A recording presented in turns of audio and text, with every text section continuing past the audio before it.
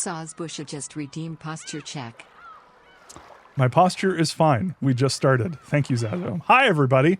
Zazo's doing a thing now where at the very beginning of all of my VODs, he has to redeem something so that it throws off the rest of the video. Hi, everybody. We're going to play more Umineko. And what is this? Why, it's the finale of the halfway point of Umineko. That's right. You heard it here first and last.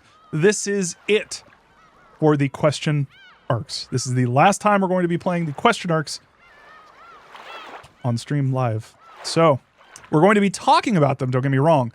We're going to be talking about them later. That's going to happen in the next couple videos because we've got a book club for all of episode 4, or just this chunk of episode 4. And then we've got a book club scheduled for the whole first half, all of the question arcs of Umineko. And we're going to talk about everything. We're going to talk about all sorts of stuff. We're finally going to do that character ranking that I've been trying to do for a while. And yeah, so without further ado, we're picking up right from the last VOD. So let's get to it. Oh, right. I forgot. Yeah, it's tips, yeah? Oh, no, a tea party. My bad, wait, I need to load. Wait, I forget how this works. Oh, yeah, I do load from here. The clock. Ding dong, ding dong, ding dong, ding dong. Where was it? Yeah, okay. All right, here we go. Forgot how video games work for a second. It was promised that I would meet my end through tragedy, was it not? What's wrong, Golden Witch Beatrice? If you were the ruler of Rokkenjima, show me a majesty fitting for that, even at the very end. Battler was struck and killed by lightning. The world was smashed with white. Fitting last moments for the ruler of Rokkenjima. Ha ha ha ha ha ha ha ha ha ha ha wah ha ha ha. There she is. Uh-oh. Still pierced by the blue stakes, Beato faced the rainy sky and let out a cry of laughter. Then she slowly raised her face and stared at Battler. Fool. Just when I was about to praise your good fight and hand over victory, you shall regret that pride. This is something for you to hand over. I'm gonna take it from you. The same goes for you, right? You could never accept an easygoing victory where I just say, maybe witches existing isn't so bad. Isn't that the very reason you intentionally fell apart like that at the end last time? That's right. Last game you took pity on me just once, didn't you? So now I'll pay back that debt. Stand. Oh, JoJo reference. My enemy, my Golden Witch, Beatrice. Ah. Jan. Okay. Jan wants me to theorize. Nothing to theorize on yet, so we'll keep going. Back. Fool. You fool. You simpleton. You think you'll get another chance?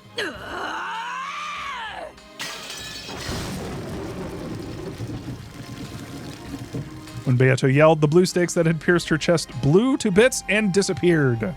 However, the blue wedge that had pierced her foot in the very beginning did not vanish. All right, so that was... Which one was that? Was that the idea that, like...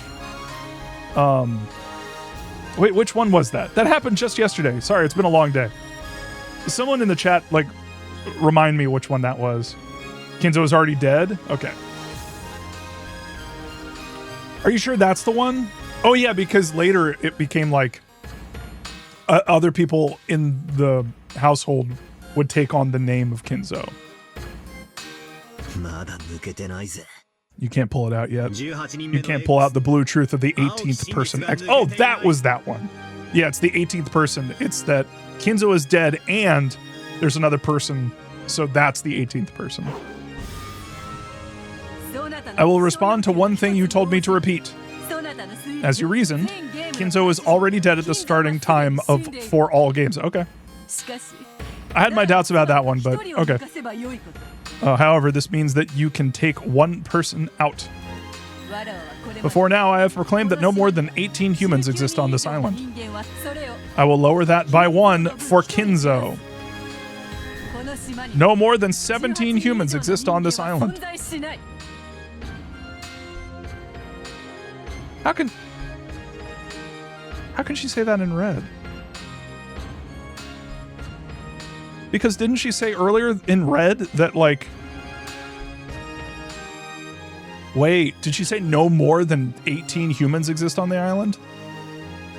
Because that would mean that it is fine, because you can just lower it, because 17 is no more than 18. Fuck, alright. That excludes any 18th person. In short, this 18th person X does not exist. This applies to all games.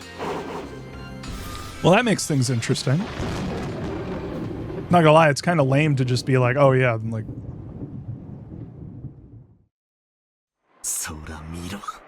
What do you know? Looks like you're still hiding some pretty crazy stuff up your sleeve after all. Stuff up. The island, which had no more than 17 humans on it, has been set up to appear as though there were 18. Taking 1 off makes it 17, so we've finally reached the correct number. This way, the wedge I knocked into you has been removed. We'll have to start the fight over. Back from square one. The blue wedge that had sewn Beato in place broke apart. There was no longer anything piercing her. The scars on her body had disappeared completely. There stood, just as Badler had hoped for, the figure of the majestic golden witch who ruled Rokunjima. Then come, Battler. Once more from the beginning. Try and break through everything with the blue truth. I too will no longer play run or hide. If you are worthless, then I shall end this match right here, right now. With my grand victory, I'll make you regret your refusal to compromise for all eternity. Come, starting from the first game. Right?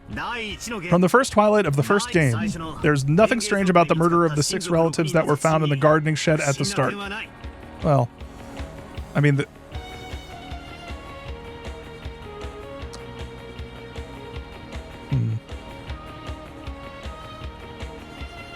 I want to say that there was something weird about Shannon. Shannon didn't feel like she should have been there. Shannon felt like she was added, like, later. But that's, you know, that's stretching the definition of what constitutes being strange. Huh. Also, I'm still curious about who's drawing the stuff on the walls. Although I'm majorly assuming it's Maria at this point. The crime was possible for any of those who didn't have an alibi, an alibi. Valid. Beatrice just said I was valid. Beatrice just said we're all valid.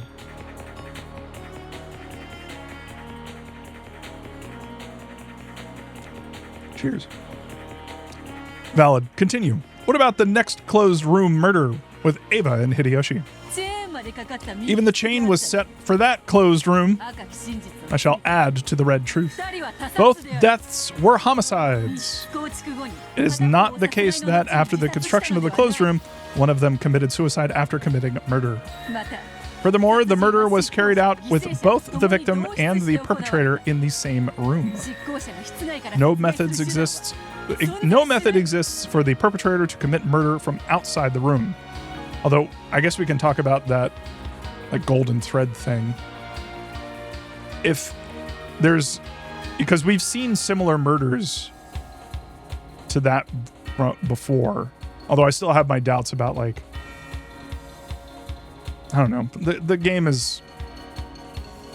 We're rapidly approaching a part where it's just going to start, like, eviscerating a bunch of theories. So I guess I just have to get prepared to be disappointed that a bunch of my theories are going to get mercilessly gunned down. But yeah, this seems like the part where they're going to talk about the thread that the bunnies were using, because Battler already mentioned that. But I can't help but think that that's like a fucking red herring. I feel like the way that Ryakishi has been writing a lot of the time, it's like seeding ideas, but not in the right spot. It's like giving you an idea in one place and then expecting you to like sort of pocket that theory. It's like, yeah, it doesn't really work for this situation, but later on, it could work in a different situation. I feel like that was being used for some of the other stuff that we saw in the previous episode, like the idea that that Jessica survived for a little bit after she was seriously hurt, and then she like passed out from blood loss. I feel like that's useful for that situation, but I feel like that's meant to be applied elsewhere, you know, like extrapolated out and then applied like broadly to other situations where something like that could have happened. Because I feel like that's another. Oh, right. Was it episode 3 where the closed room murder, like someone got like fatally wounded, and so they died in one of the rooms? That must have been it. They had been hurt, but they decided to like. Why would they do that? Someone got okay, to speak with my words, to turn my thoughts into speech. Someone in episode 3, because there was that closed room murder where it was like a chain, and so there was red truth that was said about someone getting seriously hurt, but then they walked around and like started they closed the loop on the murders and died in one of the rooms, because I think that there was like a red truth that was like, oh yeah, every person in this room was killed with homicide, and it was like, wait, how does that fucking happen? And then there was a brief mention of someone dying like potentially accidentally.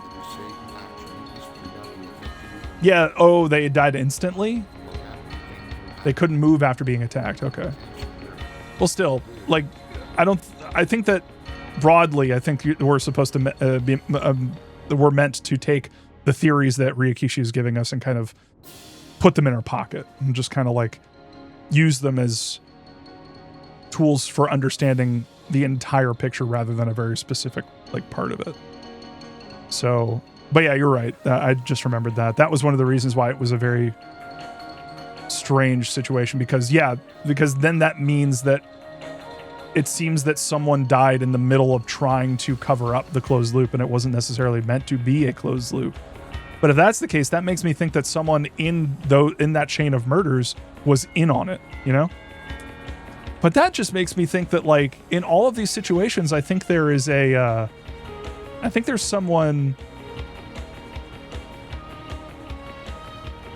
Oh no, this kind of feeds the other theory that we had about all of the servants being like addicted to like some kind of drug.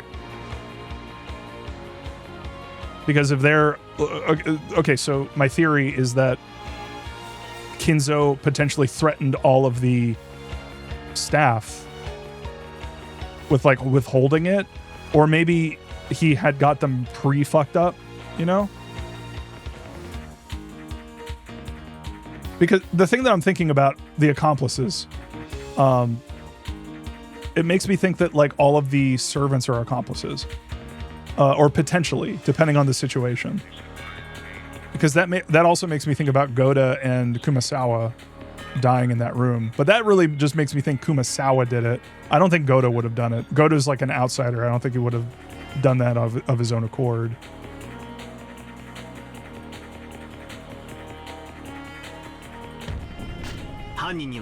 Suppose that the culprit was a human without an alibi. That's not funny. It's an alibi. In other words, the dead. They weren't able to identify some of the first 6 corpses because of their smashed faces. Maybe one was actually a disguised corpse, and culprit X killed those 2 after making us think they were a victim and hiding away. Then, after the closed room murder was constructed, the culprit hid under the bed and waited for all of us to come and leave.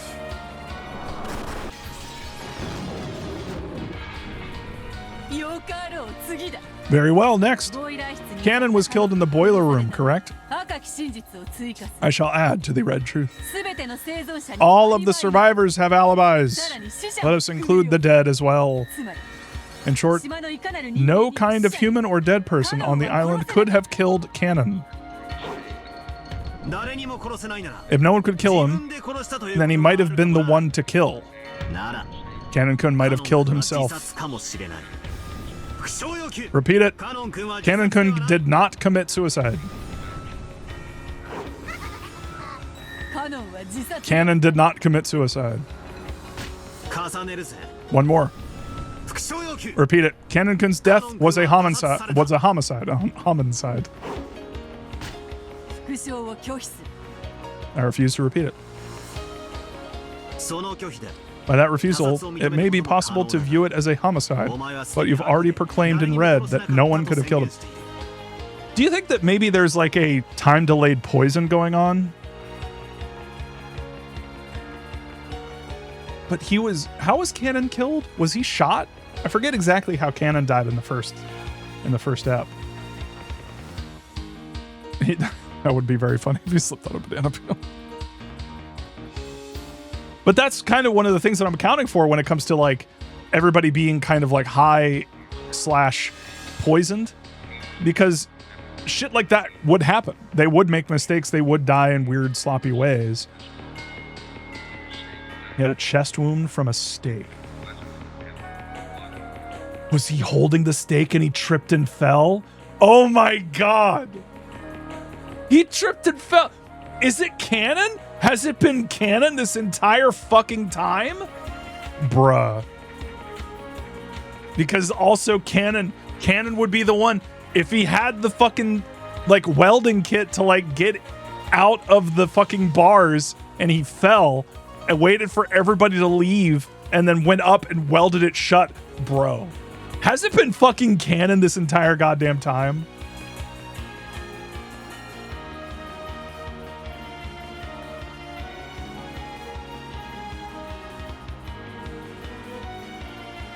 No.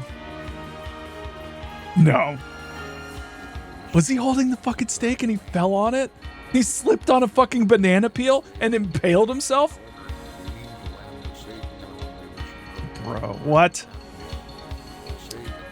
But you've already proclaimed in red that no one could have killed. Oh, by that refusal, it may be possible to view it as a homicide, but you already proclaimed in red that no one could have killed him. In other words, it wasn't a homicide. This is the same as the linked closed rooms from the third game. Cannon-kun died for a reason that was neither suicide nor homicide. The details are unknown, but he died due to an accident. Because of the devil's proof, I refuse to explain what kind of blunder could have led to an accidental death where a stake was driven into his chest. See, this is what I've been waiting for. It feels like, look, don't get me wrong, Umineko is a really good game. I'm having a really good time. Recently, some other shit has come up and some personal life shit kind of intermingled with stuff, and I've been getting a little frustrated with the game because it's just like, please get to it. Please have something happen. But like, this is what I've been wanting the entire fucking time. Like getting down to brass fucking tacks. Getting down to the nitty goddamn gritty. Having them actually fight. Because it feels like this might be a function of the narrative as a way of showing Battler's character and not wanting to like beat down like Beatrice from the very start, because he very well could have. He could have. At the very beginning, he could have been, and he kind of did. He was just like, I feel like he was maybe being a little bit polite, but now it's like fucking, it's like bushy brows from fucking Naruto taking the fucking weighted like ankle bracelets off and going fucking ham. Because of the devil's proof, I refuse to explain. And it's like, that's what I've been wanting this entire fucking time, dude. Oh, now that you have borrowed the power of demons, you are without peer. It is valid. In that case, what about the murders after that in the parlor of Genji, Nanjo, and Kumasawa? Naturally, Maria, who was in the same room, did not kill them. And of course, their 3 deaths were homicides. We can explain those murders with culprit X, who hid away using an unidentified corpse. Oh yeah, I'm just remembering. Cannon did... Oh, that was Cannon. He wasn't possessed. He was just fucked up. When the stakes possessed him, was that episode 2? Or that was 2, right? Yeah, because Goda and Kumasa, like everybody was there. Mirthstrike, hi, thank you for the follow so much. Was that the second one? That was 2, okay. Because that was just him. He wasn't fucking around. He was fucking around. He wasn't possessed. It was just him, bro. Okay. Oh, oh man. All right. We can explain those murders with culprit X, who hid away using an unidentified corpse. But Battler, you just... Oh, right, because it's 17. Well, she said 17. So yeah, culprit X doesn't count anymore. She's going to get you on that, bro. After all, those 3 had their faces smashed. It's completely possible that one of them was a body double corpse.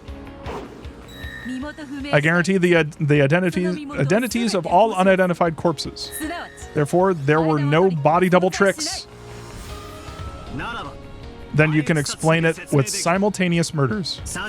Each of them had a gun pointed at clockwise and blew each other's faces off at the same time. After that, Maria collected those guns and hid them. How about that? What a ridiculous argument. How amusing. Then what about Natsuhi in the end? Valor, that's a bit silly. It makes sense. I mean, logically speaking, I don't know about in practice. Yeah, it's like, what do they do? Count. That would be very funny if it's like, okay, everyone's got guns pointed at each other, and it's like, okay, on the count, on my count, 3, 2, 1, and then a bunch of people blow each other's heads off, and then like 2 people are left like, on 0, guys. 0. It's like starting a podcast and like some people start recording like a beat too quick. I shall add to the red truth. Natsui's death was a homicide. There were no unidentified corpses, and all of the survivors have alibis. Yeah, she got shot. Oh, she got shot with that one gun that was... Yeah, the one that wasn't a shotgun, because she got like a perfect hole shot into her head. You can explain it with an indirect murder due to Trap X. Something was done to Aunt Natsuhi's gun. It could have been a trap gun, built to send a bullet right into the forehead of anyone who tried to hold it up and shoot it. The bullet buried into Natsuhi's forehead was not fired from her gun. It's possible that Aunt Natsuhi was lured out by that letter, whose contents were unknown. She was called out into the hall. Then she was forced to stand at a specified location at a specified time and murdered by Trap X, which used a gun that had been installed there beforehand. Wonderful. These reckless arguments of yours are even starting to feel pleasurable now. Out of respect, I shall hand the first game over to you. Well done. Ah! Ah! Gah! The instant Beato acknowledged her defeat in the first game, the stakes of the blue truth once again pierced her chest, letting out a terrible sound.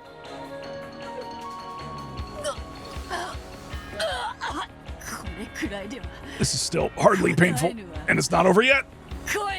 Come now for the second game.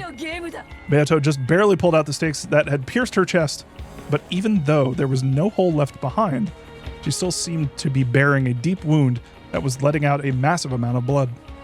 And she was tormented by an equally fierce pain. But Beato grinding her teeth and pushing for the next game to start. But I won't feel sympathy for her. Just by her existing there, we've been killed and harassed over and over, and NJ's been burdened with a future of isolation. Correct? Just by my being here and laughing, this eternal hell will continue. I won't give your little sister back. Let her cry over the family that shall not return for the next 1,000 years. Damn it. No compassion, no mercy. On to the second game. I'll start with the first crime. Right after it happened, I penetrated to the truth of the closed room murder where the 6 were killed in the chapel. Someone secretly borrowed Maria's key and secretly returned it to Maria's bag after the crime was over. From the time Maria received her key to the instant Rosa unsealed the envelope the next day, the key passed through no one's hands. Oh, I mean, the envelope passed through hands. That door might have had an auto lock, just like Gramps' study. In other words, it was unlocked before the crime with a rock or something wedged in so that it couldn't close completely. Then someone gave the key to Maria. The lock was automatic, so it's possible to make a theory where the key wasn't needed. There were no doors with auto locks other than Kinzo's study. The victim locked the door from the inside. One of the 6 was the culprit, and this person killed the other 5, then pretended to be dead. The 6 were already dead by the time they were discovered. But that doesn't... All of their deaths were homicides. All 6 were genuine victims and did not take part in a mutual murder. There was no simultaneous murder. There were people, Kumasawa-san in particular, who had no alibi at the time. If we assume that someone was hiding on the inside, then we've got no problems. There was no one hiding in the chapel. Acid Shark just rated with 12 viewers. Acid Shark, hey everybody. How you doing? Hope you all are doing well. I'm excited to see Acid Shark. I'm just excited to see you react to Silent Hill Ascension. What a thing that is. But FYI, we are playing Umineko, and we're at the kind of halfway point of the entire series. So there's a bunch of stuff that's happening now that's spoilery. So if you got a jet, salute to you. If you want to stick around and see what, if you like Umineko, you could do that too. But yeah, highly recommend checking it out for yourself. But yeah, thank you for the raid, and moving on.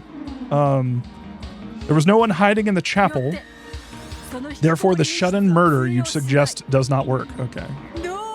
What's wrong? Is that all, Ushiramiya Battler? It's not so easy once you get the second game, right?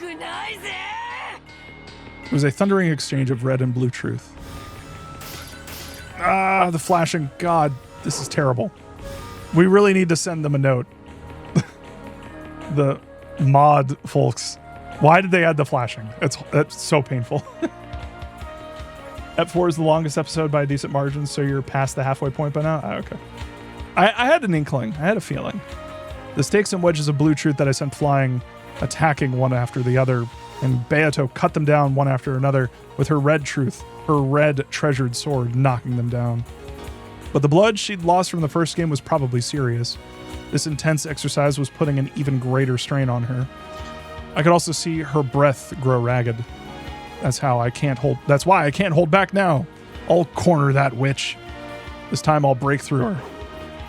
Not yet. Zen dameda.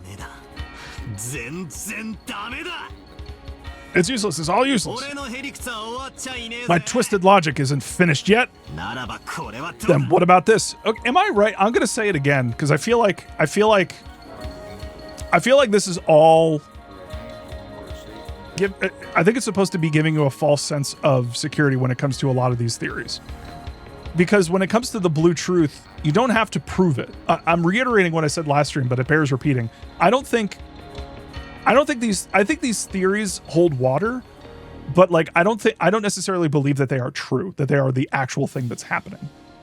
Because I think that in this exercise, I think there might be a situation where I think Beato maybe earlier on was like, I'm just going to let him, kill me and we'll be done with it and it's over. But now, since he was so pushy, I think now she's letting him really kind of dig in to really like theories that may not be true. And I think that just because they logically hold water or could happen, maybe leading him down the wrong path. I think that this is a really interesting way for Ryakushi to give people like false security about a lot of the theories that were going around at the time. I think it would be really cool if you realized later on that like all of these theories are wrong, you know? But I'm not really going to hold my breath for that one.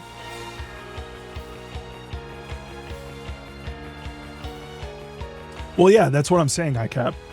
But I'm adding on to it by saying I think it's being done on purpose to give you a false sense of security when it comes to a lot of these fringe theories.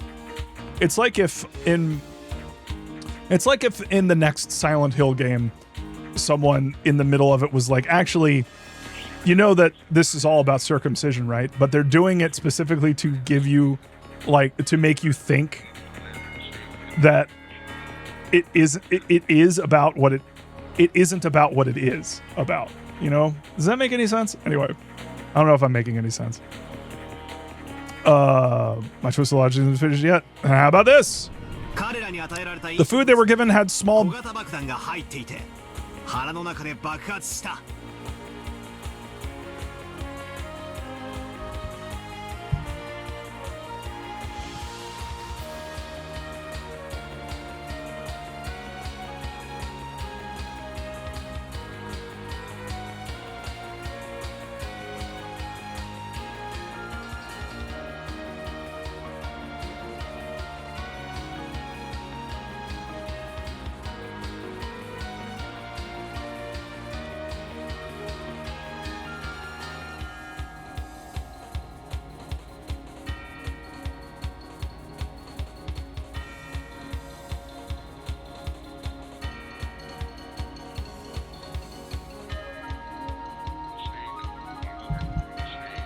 That doesn't look right at all. What the hell happened with that image?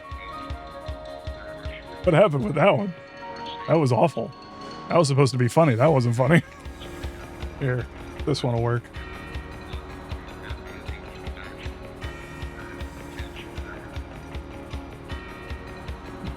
There you go.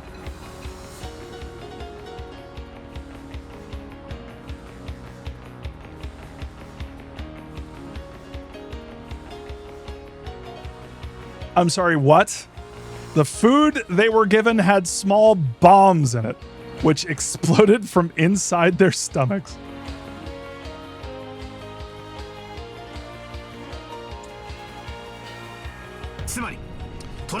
In other words, the crime was possible through Trap X. The exact nature of the bombs they could swallow without noticing and which could also blow open their stomachs is a devil's proof. I refuse to explain. I'm with Beatrice on this one.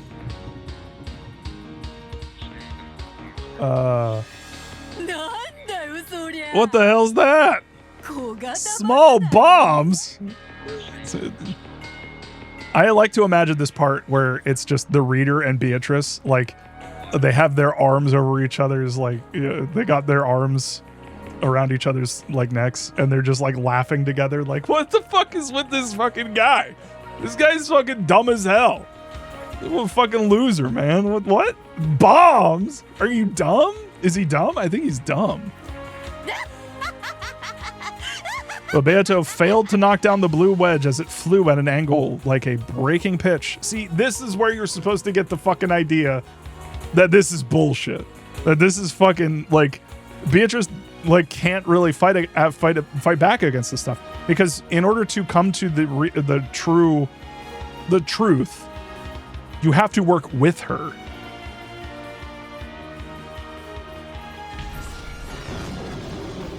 It let out a loud thunk and gouged itself deep into her left shoulder. However, even as the breaking pitch hit her, her laughter didn't seem to be stopping. Yeah, I get it. Even I think that theory is pretty screwed up. Ha! Laugh as much as you want! Got a problem with that? None. Quite a pleasurable, reckless argument. Next up is the closed room with Jessica and Cannon. No problems there. If the culprit was one of the servants, they could have used a master key. It's not even a closed room. After that, there was an attack in the servant room from a mystery person who seemed to be Kanon, and Nanjo and Kumasawa were killed, right? I had already proclaimed Kanon's death in red before that time. So, who is that Kanon? If Kanon-kun's death was proclaimed with the red, there's no way he was alive. Therefore, there's a chance that the one who attacked that group was in a disguise that made everyone mistakenly think it was Kanon-kun. They would never mistakenly think any other person was Kanon. Then, just like the heredity of Kinzo's name, there's a possibility that Kanon's name was inherited by someone.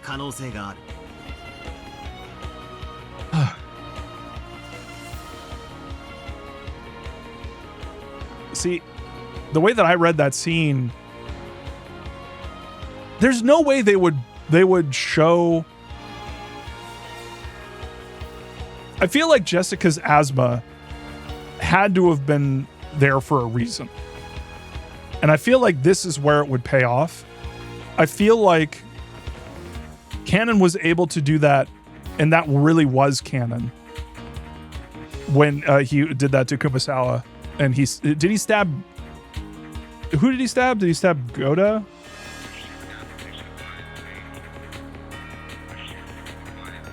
I forget who he stabbed. Someone was stabbed. Was it Kumasawa? He stabbed someone. But like, was Jessica dying, like on her own, or maybe with someone else? While like.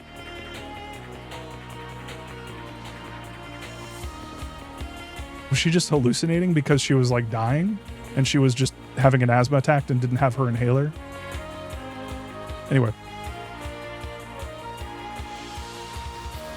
There's a possibility that Kanon's name was inherited. Shut up, Battler. Shut up. You could suppose that Kanon-kun was killed, a different person succeeded that name, and that this person attacked them.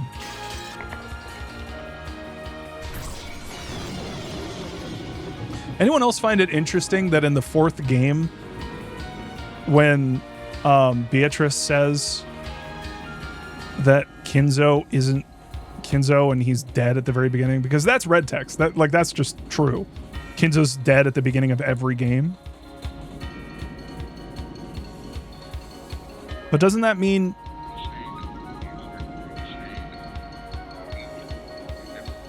See, I think this is a trick. I think that it's a trick because I think Kinzo is actually alive at the beginning of all these games. But it's not Kinzo, it's Goldsmith. Kinzo, the human, is dead. But Kinzo, the sorcerer, is alive. Much like... See, if you think of it like that, then all of the servants don't count, and then you can allow for a bunch of extra people in these situations. Well, ICAT, it was said in red, but like, well, 17 human, B and cat, it's humans. Do witches and sorcerers and furniture count as humans? See, I don't think they do.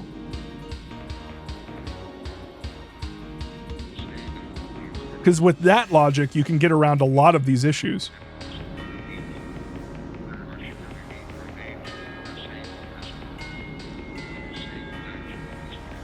Mirthstrike, no. Well, I mean, I've always acknowledged, like, that's the other trick about this that I think is going to be revealed later. I acknowledge Beatrice as a witch because Beatrice thinks she's a witch. So I acknowledge Beatrice, who is then acknowledging herself as a witch. So through the transitive property of acknowledgement, I think that's going to be the theme of the game. Like later on, I think there's going to be a big deal made of Battler and Beatrice coming to terms with each other and being like, and Battler being like, in order to get to the truth of what's happening here, I need to acknowledge you And which is funny because that kind of happened in the third chapter, but seriously this time. It's not that I don't acknowledge witches, it's that I don't acknowledge magic as the sole source of everything that's happening. I think that there's a layer of things that are happening here. I think there's a way of looking at the events of this game as what happened. How do I say this?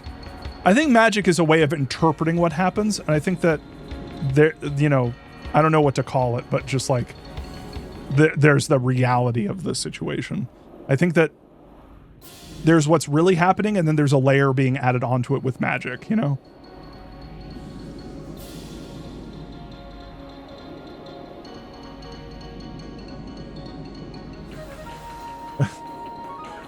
Ladama, I don't know why I'm reading your message as though it's why do they call it oven if it oven the cold food and out hot eat the food?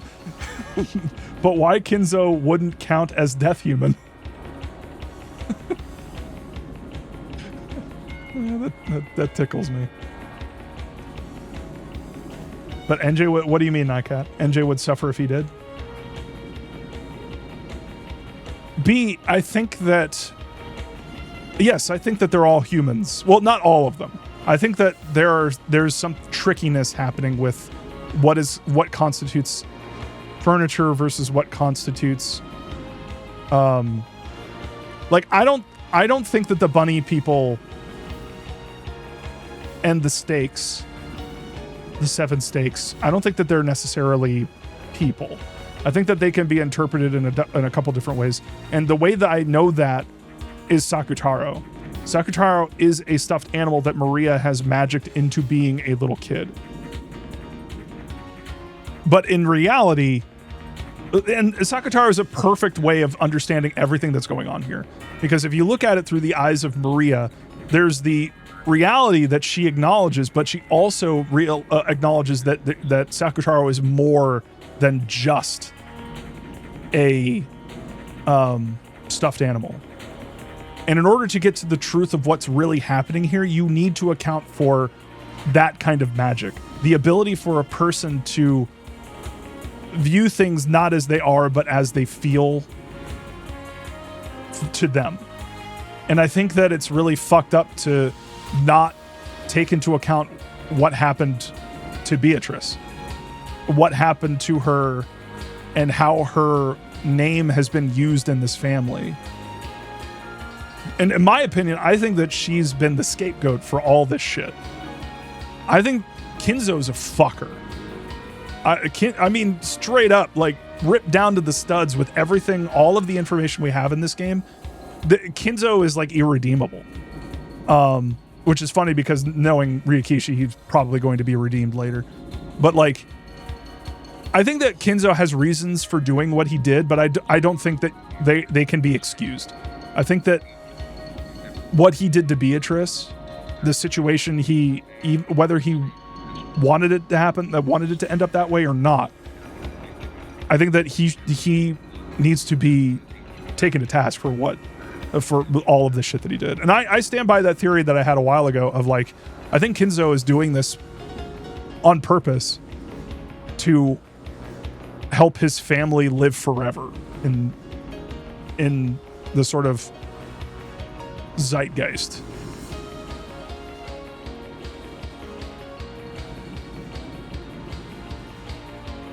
So I'm also waiting for the shoe to drop on George. I think that right now they're setting everything up so that it's so that Cannon seems like the fall guy. I think it's George. George is a piece of shit. I'm calling it right now. I never liked that fucking guy. Like, something's fucking weird about that motherfucker. And I think I'm getting that Ava wanted him, expected him to survive. I seriously think that Ava was trying to create a situation where George and Ava could survive.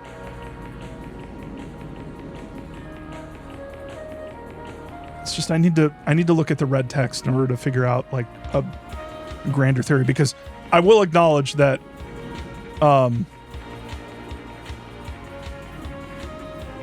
wait a minute. First episode, Ava and Hideyoshi. How was the person able to get in there? They didn't alert anybody. Remember what they said? Fucking Ava and Hideyoshi, they were just killed. Like, Ava was on the bed and Hideyoshi was in the shower. Whoever came in, they weren't alerted. It had to have been George. They knew George. It was their kid. They wouldn't think twice about their kid coming into their room. He fucking killed them both. When he went to hug his mom, he fucking hid something, dude. Is George the one with the fucking weird weapon? Quick, what do we think George has on him? What does George have on him? Does he have like any kind of like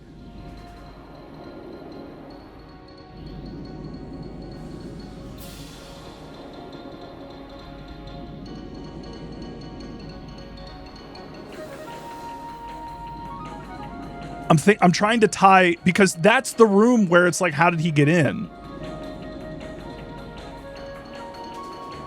But then again, I think that they would just let him in, right? I need to look at that one more, because that's also, that's kind of fucking me up, because I had the theory that like all of the events came from episode 1, and like those are the true events, and that the rest of the game is basically Battler sussing out in his head like what the fuck happened, and this murder is just continuing to live. These murders are continuing to live, and what happened on Rokonjima continues to live inside of his brain, and he's constantly mulling over it over and over. And like, but Beatrice just said with red text that Ava was killed. It was a homicide, so she didn't survive. Shit.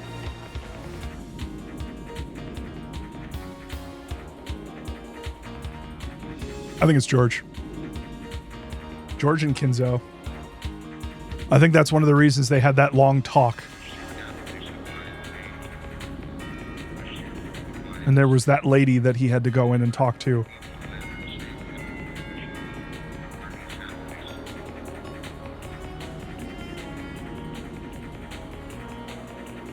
But then those plans were thrown out the window when on the second episode. Did George kill Natsuhi? I need to watch this fucking... God damn it. I need to play the game again. All right, let's play the game again. Start from episode 1. Let's go. Sound like a watermelon being squashed rang out, and a blue wedge was buried deep into Beato's left flank. Maybe it hit in a bad place, since it seemed to be really effective. After leaning over and moaning for a while, she laughed it off, as though trying to make it seem like no big deal. Yeah, I get it. That must have hurt a lot.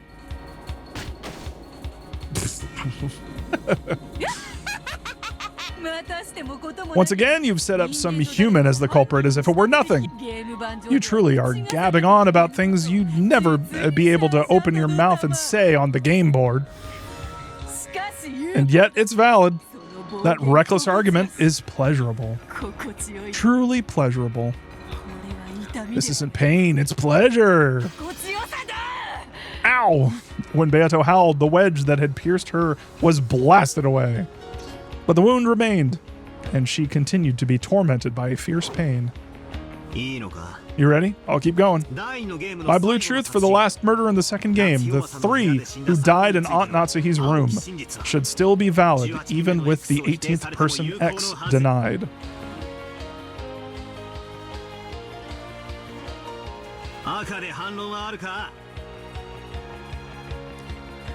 Is there a way that George could have been mistaken for canon? I guess Beatrice said that no one would mistake George for canon. Anyway, do you have a counter argument for that in red? If you don't, the second game is all mine too. No, I don't. Fighting over such trivial matters bores me. I'll give it to you. I'll give you the second game. Ow. No, I'm got The instant she acknowledged her loss in the second game, 2 blue stakes gouged through Beato's chest this time. The witch's lungs were gouged, as were her intestines. Her face twisted in anguish. Her body twisted and she gasped in pain. Gasped. Does it hurt?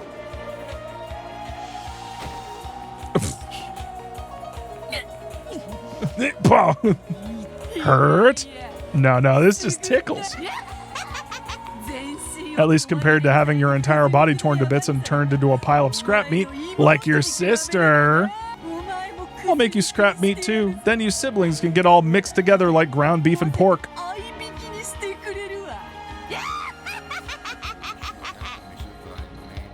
Oh no, Arrgh! I'll beat you to death. I'll tear you to bits the same way. Next, the third game. How long are you gonna sit around all worn out like that? I've only just started knocking you down to hell. Naturally, as if something like this could wear me down. You're right, we're still just getting started.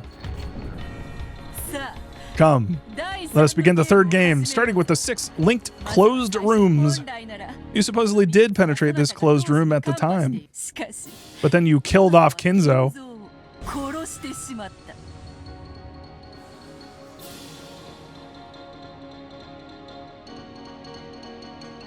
At the time, I theorized that Gramps was the culprit, and that after killing the other 5 and stringing the keys across each room, he'd constructed his own closed room in the boiler room. And that there, he died in an accident while carrying out some kind of scheme, burning to death in the boiler. But now I've declared that Gramps was already dead. So I've denied my own theory myself, ironically enough. However, there's no problem. Plenty of people besides Gramps could have committed the crime. You could even claim that all the adults holding the family conference were in on it. All 5 master keys were discovered, each in the pocket of one of the servants. The individual room keys were found inside envelopes alongside the corpses. In short, all keys related to the linked closed rooms were locked inside the linked closed rooms. No key could have been returned from outside the room using the crack of the door, the crack of the window, vents, or any place of the sort. Then they were killed with poison gas. I wonder if the answer arcs are literally going to be going through every episode and actually like getting to like the point, like getting to, because this is one way of doing it where at the very end you kind of like throw out theories and stuff, but like I feel like it would be more impactful if you were going through it, like if you were there in the middle of it and like walking it through while it's happening, you know? Then they were killed with poison gas. Even if a key could pass through, gas could, right? The murder was carried out from the outside the closed room. All of them had what appeared to be gunshot wounds that were fatal. Murdering them from the outside the room would have been impossible. Interesting that she said appeared to be gunshot wounds instead of gunshot wounds. Appeared to be gunshot wounds.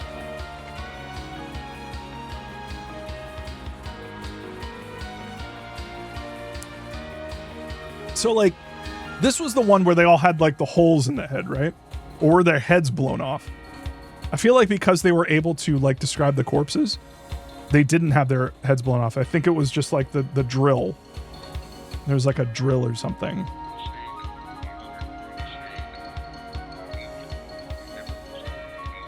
Wait, was it a drill?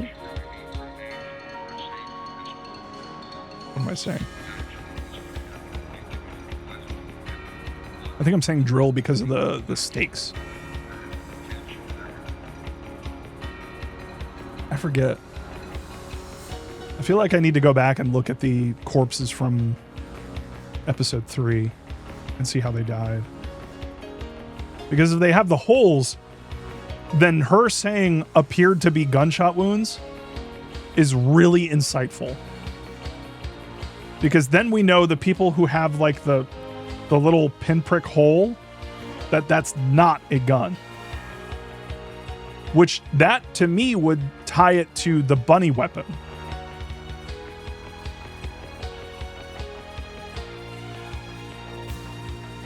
But what the fuck is that? It said it's like a thing of light that like shoots around. I don't know.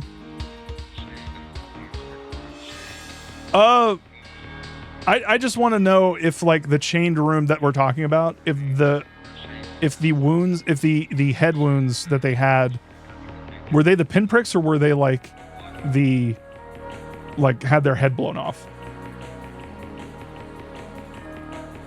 I'll say more with the red. When the 5 other than Kinzo were killed, the killer was definitely in the same room as them. I already proclaimed in red at the time that there were no suicides. After the murder of each person in their respective rooms, the culprit created a linked closed room. Which that to me says it was Kinzo, because Kinzo already did.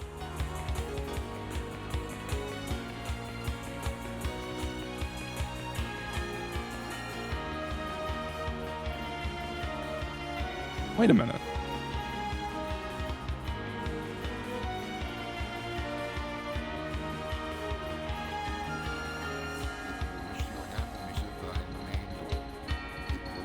Why was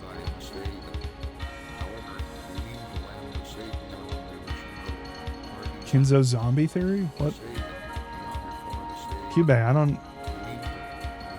Kinzo zombie theory?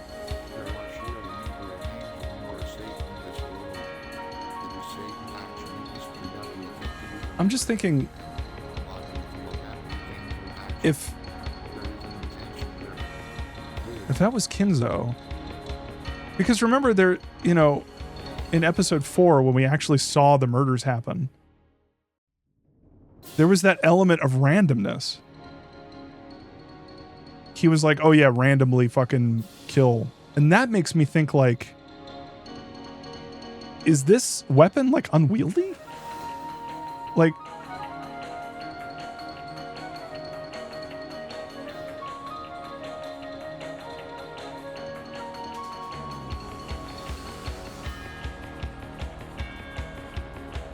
what would look like a beam of light that whips around, that has like a whip? What did Battler's mom say? What did Kyrie say? It was like a rope of light with like something on the end of it.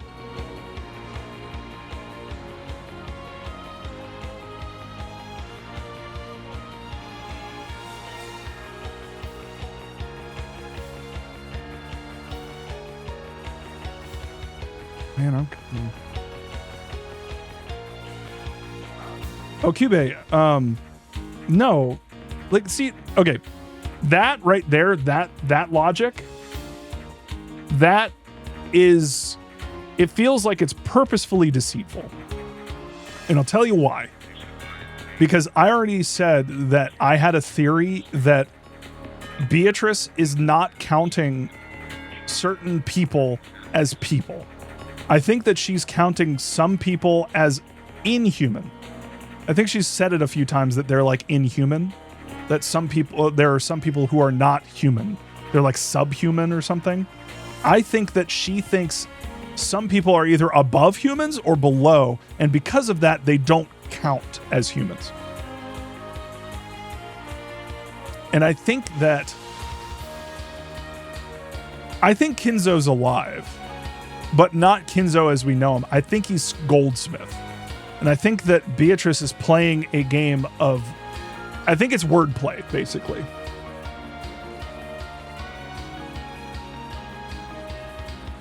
Well, yeah, but Cube, it's one of those things where it's like, I think they're interchangeable.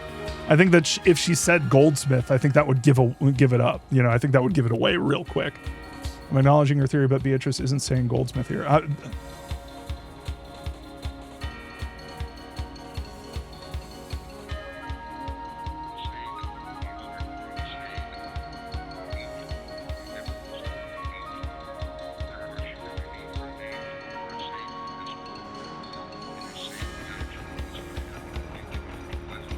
Dragon Quest Blast. What if Kinzo has a brother named Binzo?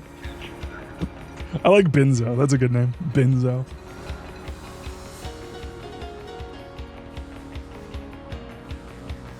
See, Cube, I'm not gonna lie, I'm getting a little frustrated because, not with you, but like with that line of thinking. Because from my perspective, like that doesn't necessarily destroy my theory. Sure, it is something to consider, but it's not something that wholly throws it out. And I feel like it's being presented that way in order to get me to throw it out. You know what I mean? It feels, what's the word? And trust me, I'm not trying to like call you out or anything. I'm just like, in terms of thinking like creatively in order to figure out these mysteries and stuff, I'm trying to think outside the box. No, I'm trying to think in creative ways that allow for different like situations to happen. I understand like, you know, saying like, oh, that doesn't really logically make sense, but like the way that it's being presented, it's not necessarily excluding my theory, but like the way that you're presenting it would make it exclude it.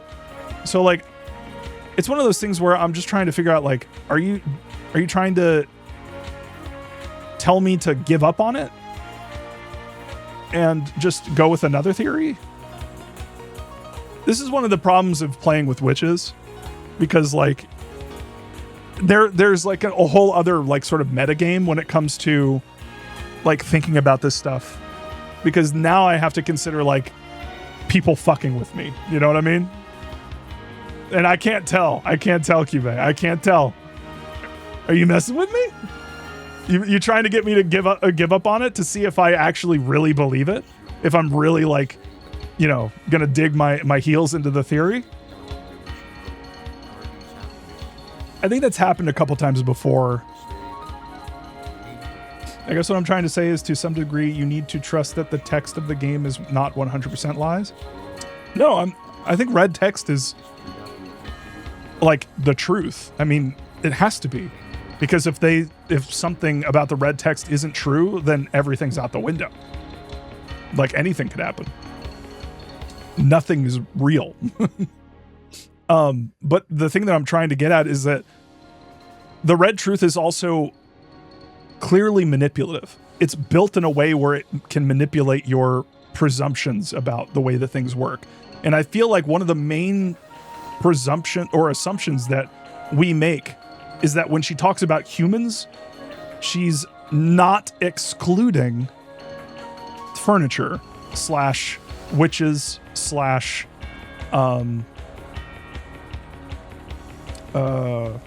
whatever they're called, summoners, or like, oh yeah, what was Kinzo, warlock or something? I don't know. Shared Kyrie quote. I'm like that even now. The true form of this thing that keeps attacking me, trying to shoot through my forehead, is something I can't understand and I can't believe. That's helpful and unhelpful. This is a good way to think about the red text. I'm not trying to discourage you. Oh, okay, all right, cool. Yeah, this is why, Cube, I feel like we ran into a situation where it's like, this is exactly why in improv, you always do yes and. Because if you do no but, it kind of has a weird way of shutting down like the thought process entirely. You know what I mean? It's like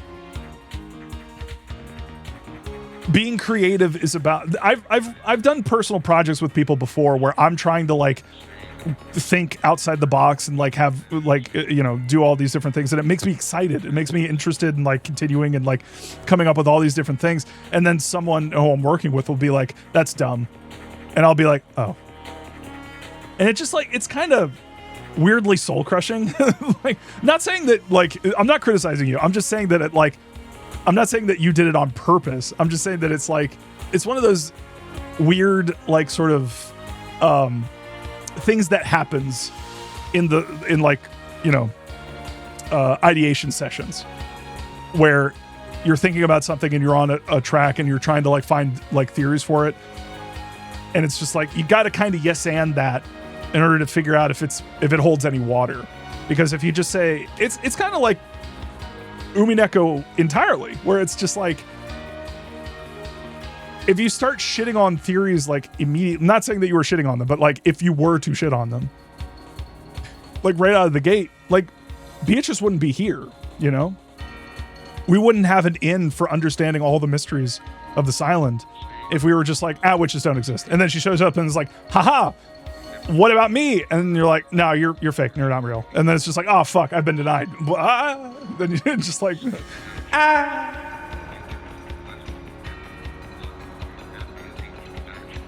I've been denied. I'm back. I'm gone. I'm back. Turn off echo. Anyway. All right. Yeah. All right. That's enough thinking. That's enough thinking. No more thinking. After the murder of each person in their respective rooms, the culprit created a linked closed room. But the culprit had no way to return just the key to the very last room. And yet they were able to do it. After all, the first person to discover a corpse just had to pretend to find the key and pull it from the pocket of one of the corpses. This right here, this is what I'm saying, but not here. This is a good thing to highlight. This is a good thing to think about, but not for this murder. Not for episode 3, for episode 2. Because Rosa did this. Rosa did exactly what they're saying here. She pretended to find the corpse, walked in there, put the key in there, and pretended to find it. That's what I'm saying.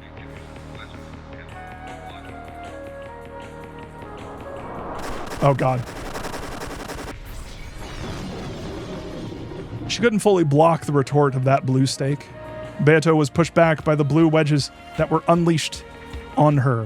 One after another finally failed to block one and once again took a severe wound. As she howled in pain, she pulled out the blue wedge that had pierced her right arm. Notice she's pulling them out, but she's not denying them. Beato's entire body had been torn apart and pierced with blue wedges, stakes, and blades over and over again, and now she was totally covered in blood. But even so, Beato grinned, cackling as though this was amusing. I want to see this in the manga. Mirage May, Rosa isn't the nicest person that is involved in the murder of her family members? Nah. See, that's what I'm talking about. I mean, you know, a first-time chatter. Hi, by the way, Mirage May. But I feel like in any other context that might be like a spoiler, because this is my first time playing. I don't know what happens. But I feel like you're playing on the idea that, like, episode 2... like, she clearly had something to do with it. Like, I mean, that was the reveal at the end of that chapter. So it's like, no matter what, she at least had something to do with one of the murders. One of the episode's murders. So. How could a man who promised to bring NJ's parents home voice a theory where those parents are the culprits? Splendid. Even that's just fine, right? Go be a big happy family, getting their heads dirty with mass murder. Then return to NJ stained with blood that will never come off. How could we expect anything less from the people who returned alive from the Witch's Island? Just what that mincemeat NJ needs. Yeah. Shut up! I'll kill you. I'll tear you apart. No need to waste your time begging for your life. I'll definitely give you the worst kind of death by my own hands. Yes, you probably could do it. I've explored the depths of cruelty for over 1,000 years, and you probably will gift me with a fitting end for all that. Oh, does that hurt? Is it harsh? Or does it tickle? Is that supposed to torment me? Come on, Ushurimiya Battler. There are still mysteries left. Beato had already countered my first powerful move, the 18th person X, by making the number of people on the island 17. See, that's what I'm thinking. She's able to lower it because there aren't that many people. Humans.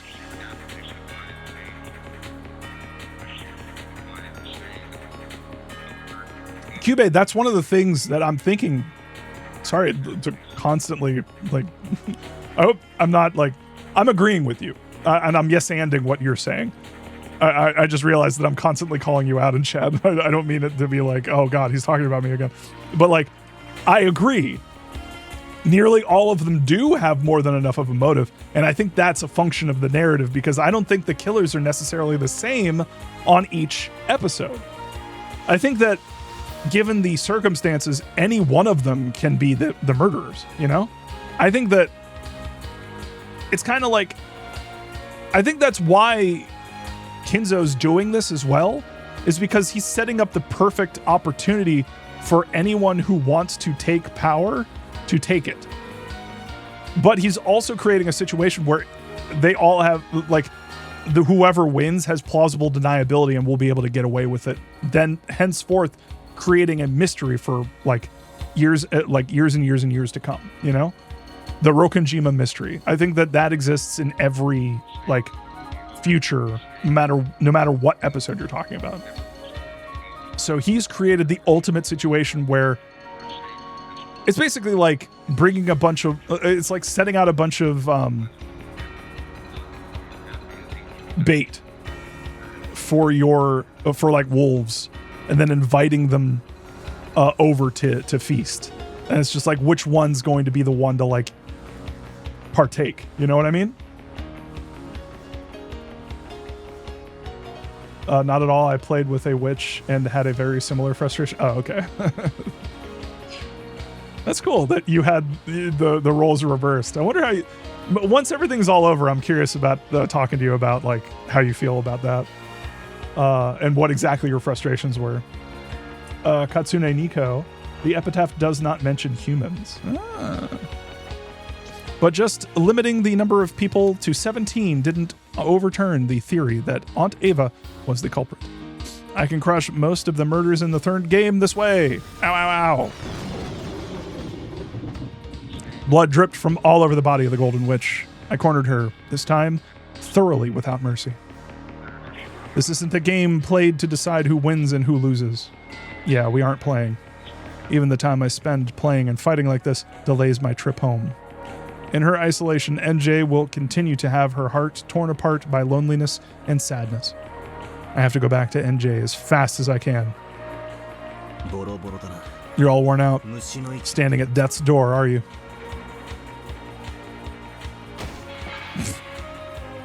I love that. I love that touch. It just makes me feel like she's just tripping. She's fully standing up, fucking tripping, instantly slamming into the ground, and then slowly getting back up. I know it's supposed to be. It's like she's fucked up and trying to stand, and then she kind of collapses and then gets back up because she's all fucked up. But it's way funnier to imagine her just standing upright, boom, and then getting back up. Cackle, cackle. It still doesn't burden me. Something like this. It tickles. It looks like you don't need any mercy. I never asked for it in the first place. I'm going all out. Do so. When our roles were reversed, I showed no mercy. So you ought to do the same when given the chance. Otherwise, I'll summon another isolated NJ from a different world. And this time, I'll tear off her arms and legs, stick her with a spear, and roast her, okay?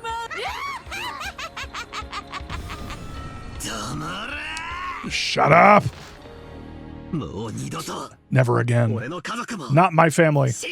Not my relatives. Not any of the servants. I won't let you make them your playthings. I've already broken through all of the mysteries in the fourth game with the blue truth. The only one left is the very last one from the third game. Only the murder of Dr. Nanjo. Have I already been cornered so far? Cackle, cackle. What a precarious state I'm in.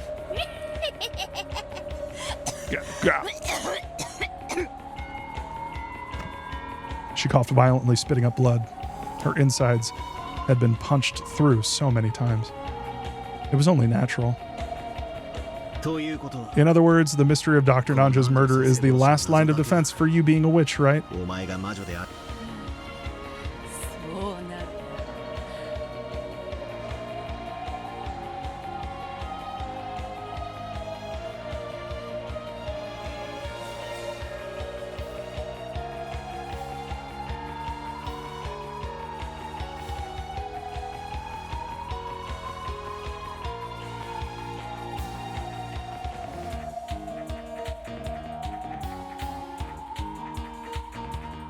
As you say. Sorry, I was just thinking about how, because that flying thing of light, I was just thinking about how Nanjo, that seems like some kind of medical equipment. And I was just thinking about that tool that they use for lobotomies, that little hammer thing. Like, if you're looking at it as it's flying through a well-lit room, like a piece of metal would appear really shiny, right? But how would he be able to, like, fling it?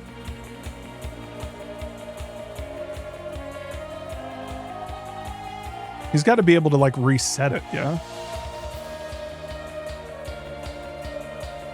I really want to see... Oh, man!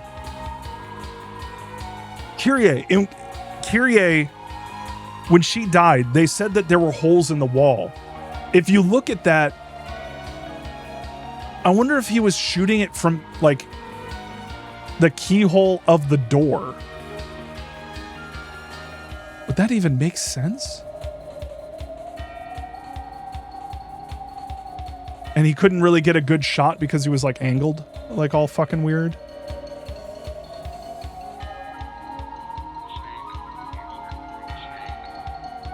Well, it's not a gun, Broken Bee. It wouldn't be a gun. I'm not talking about a gun. I'm talking about some kind of like fucked up, like, I don't know, follow me on this one, but like almost like a blow dart or a blowgun with like,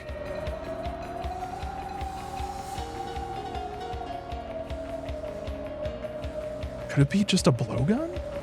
Like a blow dart?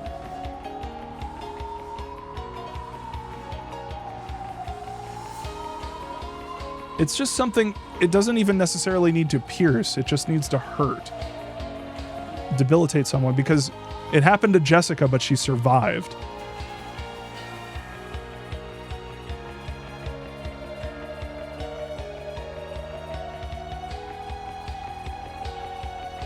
Is it like a crossbow maybe?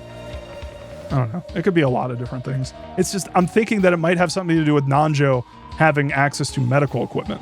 Like maybe because there was that really weird line from Battler when he was thinking it through, and he was like talking about like, is this some kind of fucked up medical equipment? And that got me on this like path of like, that is weird because Nanjo's here. Nanjo's a personal friend of Kinzo. I think he's here under the guise of Kinzo, like, being on his on death's door, but I think he's actually here because Nanjo is helping him out. Doohickey. Doohickey.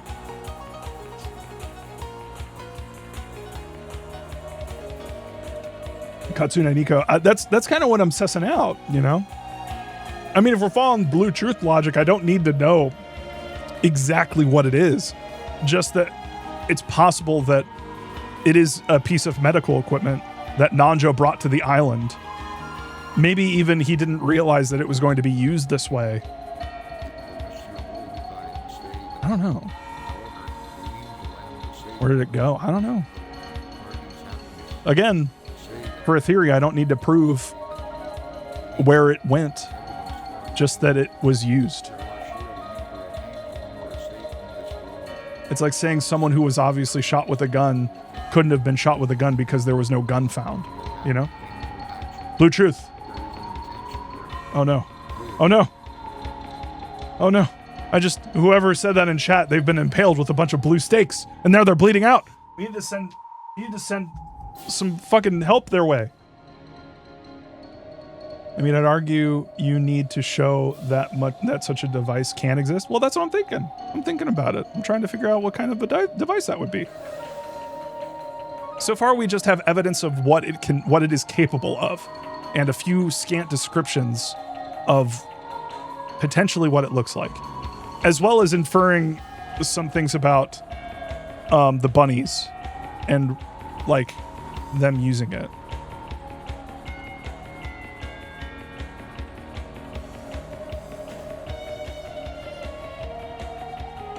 It's not a fucking robot, is it? It can't be a robot, right? It's not a robot. It's not like a fucking robot, like running around, like rolling around and like taking aim, calculating, locking on, and then just fucking shooting, is it? It's not that. Although if this took place now, you could say that it could be a drone, like flying around in the throughout the halls and just shooting people with a fucking like with a fucking like what is that? The hammer, like the lobotomy fucking stake. Fucking ridiculous. All right, let's keep going. As you say, if you defeat that, it will mean that all of my mysteries have been defeated. Unless I counter one of your truths with some new red truth or present a new mystery, I will die. You don't look like someone who's been pushed into a corner standing on the brink. You still have some kind of hidden pitch up your sleeve, right? Well, who knows? I have already tired of a too long life after 1,000 years. I've started to think that having this life ended by a rival like you, whom I stumbled upon at the very end, might not be so bad. You can do it, can't you? Do it. I beg you, kill me. I'm always the one killing, and I've never had the experience of being killed. You just have the experience of accidentally dying, of accidentally falling down a mountain to your death.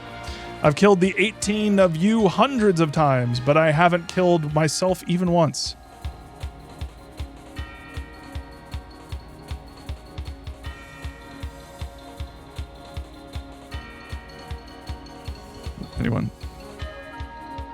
Anyone notice? Anyone notice what you just did? Anyone want to call that out? Anyone want to highlight that? Anyone want to does it show it? Huh. That's a number. That number isn't that's not 17. That's a different number. That number is one more than 17, actually. Huh, weird.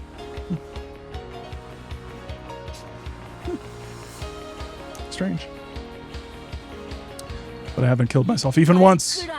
So I wanted to experience it just once myself. It was a graceless show of boldness, unchanged from before. What color is the number? See, I think that not every truth is red. Some truths are slips. But blood dripped from her mouth. Her once beautiful dress was covered with holes, and blood poured from all over her body, making her physical appearance stand in sharp contrast to her attitude. Maybe the shot she'd taken to the flank was still tormenting her, since she was still pressing down on it unconsciously without a trace of grace. But I've got no time for pity. As long as I feel sympathy for this witch, my family and I won't be able to be released from this place. Until I defeat her, we won't be able to go home. In the outside world, it may be possible for even enemies to understand each other when circumstances change. But pure evil does exist. Evil that brings misfortune just by existing and is to be spared no compromise. Interesting. See, in a lot of ways, I feel like this is commentary on Higurashi. I feel like that is specifically like talking to one of a criticism that some may have with Higurashi. Anyway, just by its continued existence alone, it's evil. Or we're halfway through. Like, maybe there's something later. I don't pity you. Just like how you didn't show pity for any of us. Well, of course. All of you are just pieces in the game. It's just unbelievably fun to think about which 6 to kill in the beginning, how to kill the next 2, and whether I can find a much more grotesque method of murder, you see. Hey, Battler, I've reformed a little, so forgive me this time, too. If you do, I'll change my methods of killing into something a little better, okay?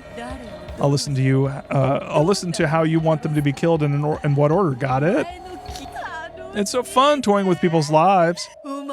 I'm sure you could think of a way to turn NJ into a pile of scrap meat much more thoroughly. Come, Battler. Try to expose the truth of Nanjo's murder. The 18th person X has been defeated, but I won't give in. I'll stop that witch's breathing cold. The end of the 3rd game. It was announced in red that the survivors at that point in time, Battler, Ava, Jessica, and Nanjo, were all uninvolved with Nanjo's murder. And it was also proclaimed that he was murdered directly by someone before his eyes. All other people had the strongest possible alibi by having their deaths proclaimed in red. I'll break through this without using the 18th person X. Think. Don't stop thinking. Her red doesn't only bind me, it's also supposed to be her weak point. I've got to somehow use it against her. That's right. There's still a gap. Gap? Yeah, this way I can break through it.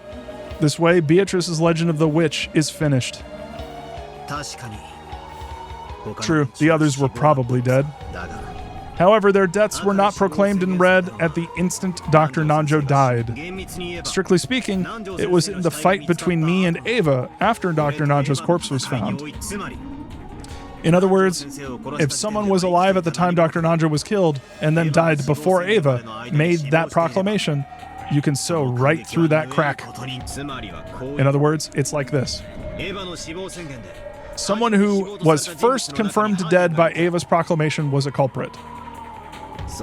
They cleverly played dead earlier and waited for us to come and go. Okay. Ava wasn't using the red.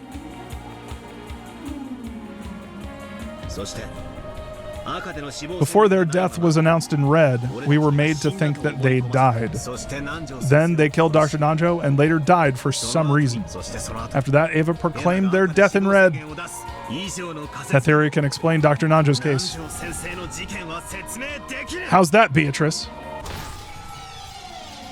When he forcefully asked that question, there was a terrible sound that could only be likened to that of a compressor, and a blue stake that was as thick as a log appeared from under the earth and skewered the Golden Witch, Beato, pulling her up into the air.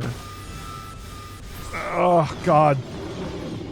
Ugly tearing sounds rang out. Can we just, like, put an end to flashing white on full screen? Like, come on. And each time, a blue stake or wedge would appear and pierce Beatrice's body. Don't do it again, please. When that finally ended, her tragic form was exposed there, pincushioned by more than 10 stakes and wedges all over her body and dripping with blood, dangling and crucified. Aww. There was none of the dignity of the brutal witch who had sneered at the honor of the dead and toyed with and killed hundreds of the living. The rain, which had started falling at some point, quietly tormented the crucified witch. As Battler heaved with his breathing, he waited for some kind of answer from the Golden Witch. Although it wasn't long, it took the witch a bit of a time to show any signs of life. It hurts. It hurts. You got what you deserved. Now you can experience a portion of the pain felt by all of those you killed. See, this is even more fucked up because, again, I'm just going to put this out there. I don't think that she was killing people. Imagine this from her standpoint where she's just taking the blame because that's how she has been set up. Her memory has been forever linked to the Witch of Rokkenjima, the Golden Witch. who is responsible for killing a bunch of people, even though she actually didn't kill a single person and she was just a totally innocent lady who was fucked up by Kinzo. And this is so much more sad when you think of it like that. That she's just the fucking scapegoat. She's the scary ghost who you can pin everything on.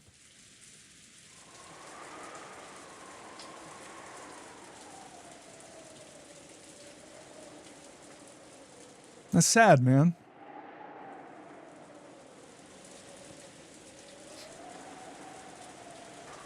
Even as he said that, it seemed Battler had lost a little of his momentum at this extremely pathetic sight. Even if it was an enemy, he couldn't look straight at a woman exposed in such a brutal fashion. But even so, unless he destroyed Beatrice, this battle wouldn't end. Battler. I beg you. Aww. Huh? Beato let out a sob. It hurts. It really hurts. End it. Oh, man. End it. Even with this, I still can't die. Even though it hurts so much, I still can't die. Aww. What are you asking of me? End it. Release me from this pain. Beato's expression was soaked with blood and tears. Aww. Battler certainly had been tricked by her at one point. So he was probably able to suspect that her expression, that even her tears were an act. However, Battler believed in those tears. After all, those tears had the red truth mixed in with them. Oh man! How fucked up would it be? Oh, using the red truth for shit like that? Can you imagine Beatrice saying something like, I want to die in red text? If Ryukishi does something like that, I might have to take a break because I don't know if I'll be able to emotionally recover from that really quickly. Bro. Oh man. What should I do? What can I do to end your pain? I will now expose everything.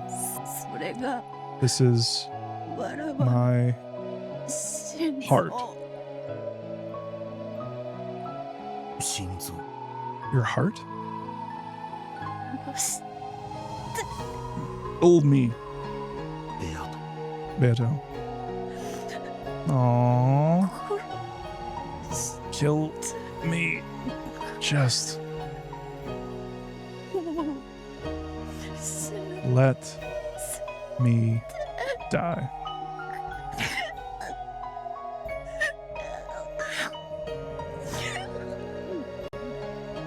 Man, fuck.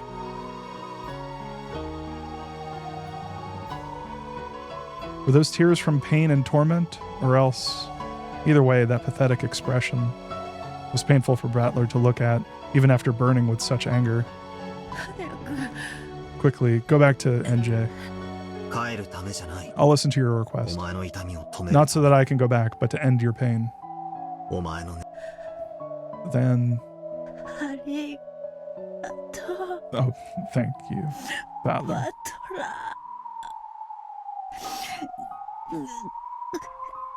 In her last breaths, Beato summoned up all of her remaining strength and managed to close both of her hands into fists. A red light began to gather at those fists. Then she lifted her arms, as though appealing to the heavens for something. You'll be able to kill me. All of me. My heart. Crush it. Pierce it. Okay? The red light around both her arms gradually began to strengthen.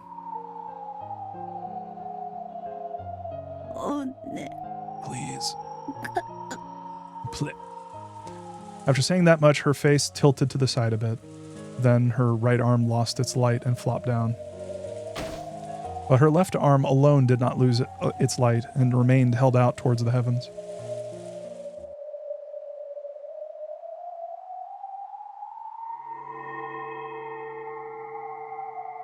Then, before Battler's eyes, another Beato appeared with a faint form. Shit.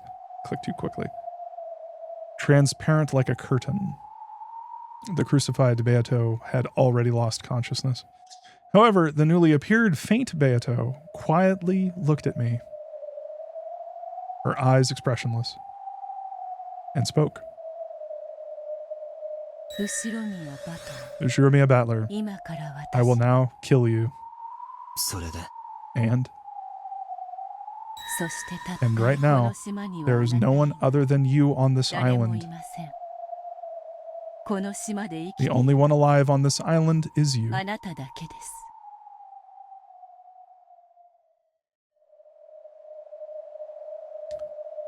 So that's supposed to make me think that NJ is dead, but I think she's off the island. I think that Battler got her to the boat captain, who then got her off the island. And so now the only one on the island is Battler. Nothing outside the island can interfere. I understand. This is the last mystery Beatrice will be able to make as a witch. She's trying to offer it to me, entreating me to solve this final mystery and kill her. Do it. I'll accept your final mystery. You are all alone on this island, and of course, I am not you. Yet I am here now, and am about to kill you. Like a souped-up version of Dr. Nanjo's murder. So?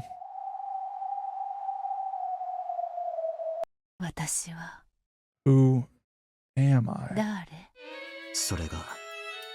Oh. What? Is that your final question? See, Jan, no. This is 1986? No. No. No. No. You're not getting me with this. No. You're not. Nope. Don't mess with me. Who am I? Aw. Look at that. Then Beatrice slowly approached me and, still expressionless, held me. Yeah, I get it, Beato. I'll kill you, don't worry. I also slowly held her head. Then I, as a piece, left the game board.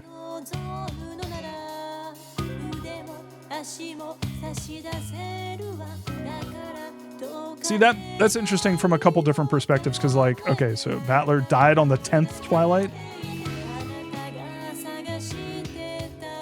See, I don't believe that, though.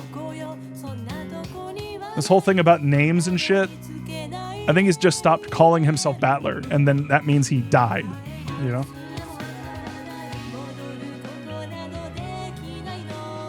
See, I think maybe the idea of NJ came to him as a way of getting Battler to, like, keep fighting, and then he kind of forgot. Yeah, that makes more sense. I'm going with that theory then. I think that they are doing a lot of intermingling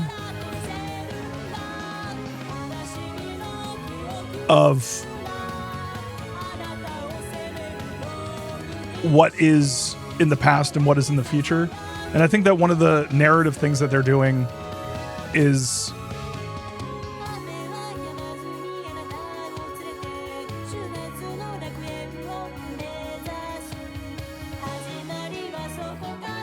I think one of the things they're doing is having Battler sort of stuck in his mind about, like, the time that he had at Rokkenjima. And he's still kind of mentally stuck there.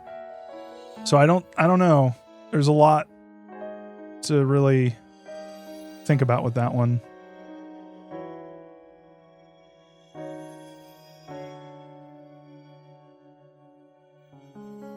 And I think the mystery of who Beatrice actually, like who she actually is what caused Battler to want to make it seem like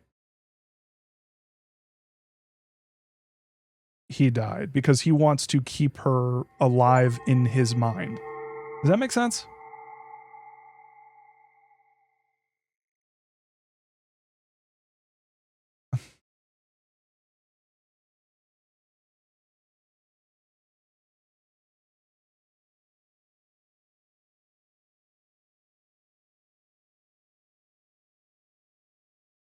Yeah, GX Battler is dead. Like the name, like he killed that person who was Battler. Because I think that's another thing that's happening here, is like the idea of Battler, like who he was versus who he is after the murders on Rokonjima. I think those are two very different people. Oh, is there another tea party?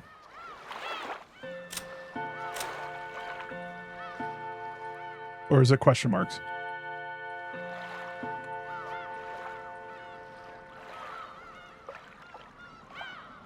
Okay. Welcome to the tea party of those who are not human.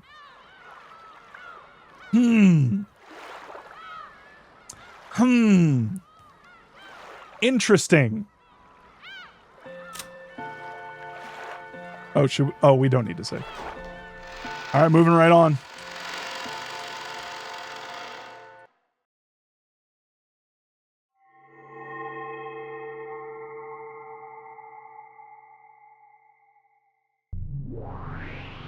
Broken B, I don't think I agree with that. Oh, geez. I don't think I agree with I will now kill you in red means someone did it. Although if we are going with that idea, then I mean Battler killed Battler then. I mean, whoever the new Battler is killed the old Battler. Does that work with your logic? Does that make sense? I am not you, yeah. The new Battler is not old Battler.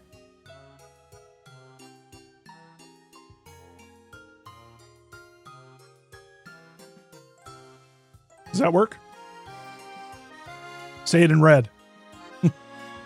Scattered on a large bed were cute jelly beans of various colors and chocolates shaped like ohajiki pieces. But then how is the new Battler? Who said the new Battler is Beatrice? I don't know. I think there is the old Battler before the events of Rokonjima.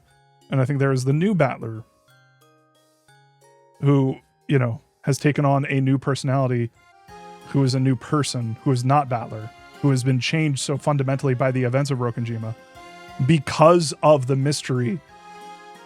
And I think in Battler's mind, he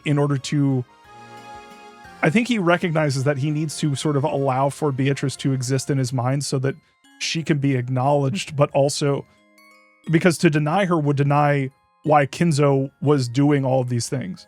Like Beatrice is an important aspect of Rokonjima, and to that effect, the entire family of Ushiromiya, like they all grew up with the idea of the Golden Witch. She is real to them, and I think that that he realizes that he needs to allow for her to exist in order for him to acknowledge her history of why the things happened the way that they did, you know? Sure, but Battler's not saying it, Beatrice is, so is that image of Beatrice also Battler? Yeah, I think that all of it is taking place inside of Battler's head. I mean, this is the way that I've interpreted everything that's happening in the game is basically Battler having a conversation with his inner self. And I think that at one point at the very beginning, he didn't allow space for Beatrice to exist. And at a certain point, he then did. Beatrice became a character, and she became like sort of an allegory for magical explanations. Basically, it's like if something really insane happens in front of you and you're trying to figure it out, you have that Beatrice in your head being like, oh, don't believe what you're seeing. Everything is like this is crazy. Like, go fucking like bananas because what you just saw makes no fucking sense. And it's like the sort of magical thinking side of your brain versus the logical thinking side of your brain, or maybe like your heart and your brain, like sort of having a tit for tat. I don't know if I'm explaining it right, but like, yeah. Basically, Kate is asking who is the identity of the person saying I in that conversation. And if that is the new person Battler became, it changes the conversation's context a lot.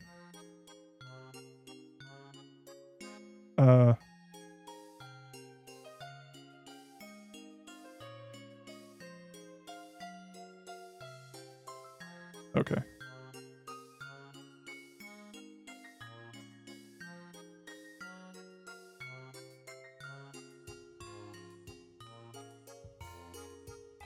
Okay. Yeah, this... I'm trying to figure out a better way of saying it, but I don't think I got anything. Oh, okay, you get... Oh, okay, all right. Oh, girlfriends time? We're meeting girlfriends? A fork was stuck into a shortcake peeking out of a gift box. And there were decanters with drinks of various colors lined up on a side table. But the color of the partially finished drink that had been poured into a cup was venomous, matching none of the decanters. Huh. Someone had probably been playing around mixing various things together. I wonder who that was. Fucking Kenzo. That can be lots of fun if you don't mind the taste. On top of the fluffy bed were several colorful big pillows, like something from a dream.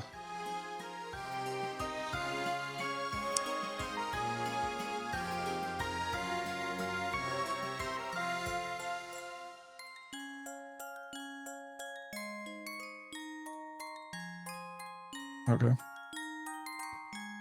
Okay. And on this bed that looked like something out of a child's dream world, Bern Castell lay face down and Lambda Delta lay face up, clutching a pillow and relaxing.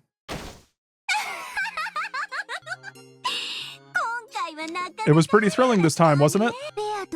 I got really panicky when Beato said she'd stop the game. What a rude witch to start a game like this and try to end it by throwing it away. Wasn't NJ a good piece? After Beato ran for it, NJ dragged her back and made her resume the game. Although it's a shame that she gave Battler a little too much enthusiasm. This is okay. After all, I knew Battler was a softie. No kidding. He looked like he might even go easy on Beato, his enemy. I was uneasy that, like the last game, he might actually feel compassion for Beato and take the game in a weird direction. NJ was a trump card to get Battler back on track when he mistook his goal. Although I wanted her to support him a bit more before using her up. She really did get used right off the bat. What a waste for a piece that required so much preparation. Good thing I shackled her with that rule about not giving her name. If that had been set up, the brother-sister tag team would have swallowed Beato up and won in the blink of an eye. Game end. I thought it'd be a chance for them to press her all at once, but your mark was so restrictive that I couldn't make the best use of her. What a waste of a piece that was. Isn't it obvious that such an unfair piece would be retired right away?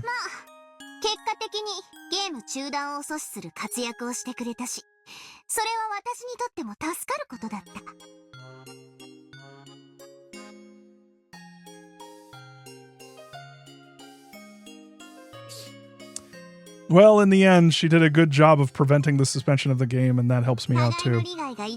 The way she made both our interests match is what made her a truly wonderful piece.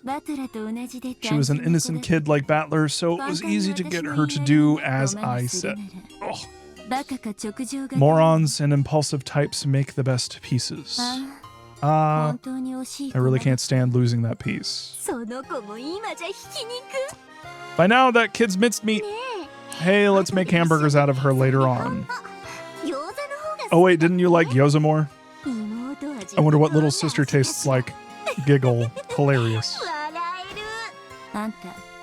Is it really okay for you to be so relaxed? Thanks to NJ, Battler has gotten all fired up. I'm pretty sure he's started a hot pursuit of Beato, making this game take a big turn in my favor, right? I mean, didn't Battler just solve almost all the mysteries up until now? Huh? Not even close. Almost all of Battler's blue truth was wrong. Beato's lukewarm red is full of holes. If she had any brains in her, she'd slip through it easily by setting up a suitable web of twisted logic. Yeah, it really ticks me off. If it were me, I'd thoroughly cut down all of it with the red. Oh, really?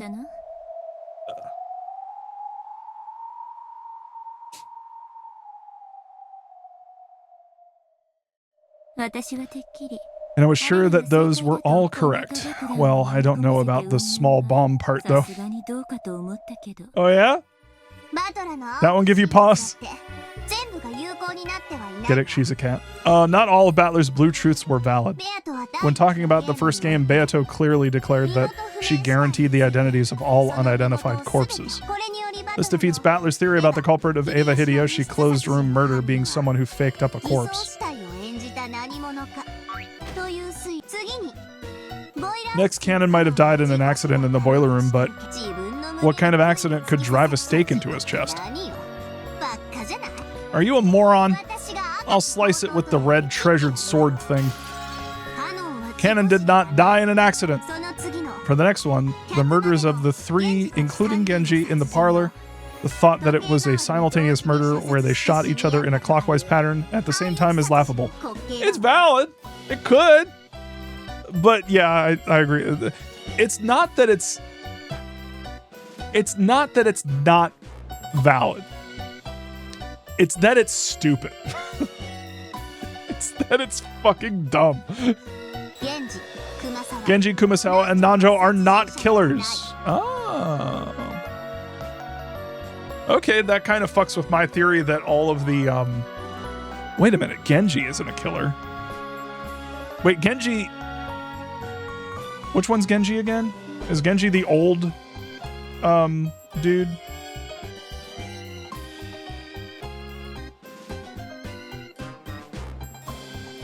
See, that's interesting because Genji, Kumasawa, and Nanjo are not killers, but here's the thing. What about Ronove? What about Virgilia? And what about, I don't know, who do we think Nanjo's witch Sona is? Is Nanjo fucking Gap? Bro, is Nanjo Gap? Is Nanjo Gap, though? Is Nanjo Gap? Bro! Yo! Oh my god. Holy shit. Nanjo Gap. Nanjo's Gap boy. The final trap X to kill Natsuhi was also ridiculous. The thing that shot Natsuhi wasn't a trap. It was a real shooting murder with a gun raised and trigger pulled. Yeah, but what is a gun? Like, in this context, is a, like, crossbow a gun? You know what I mean? It's like, at a certain point when you get down, when you drill down into this kind of stuff, it's like, you really get kind of, I forget what it's called, but it's like, linguistics. You get into linguistic, like, sort of fucking bullshit. Semantic arguments, you know? The crossbow's a crossbow. Thank you, Broken Bee.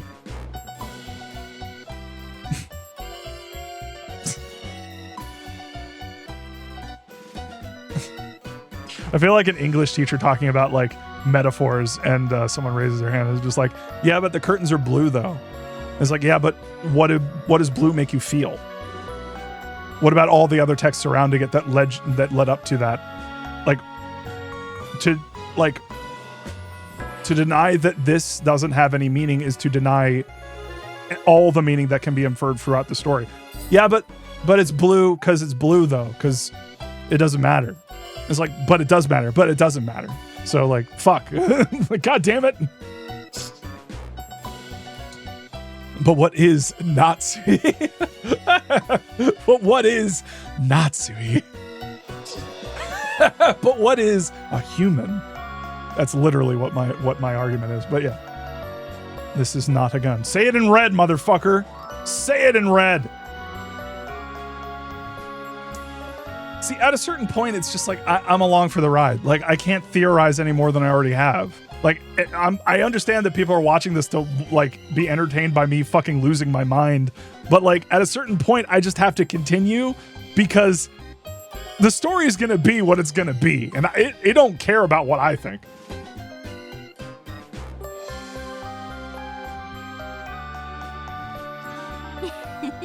Sucks for you.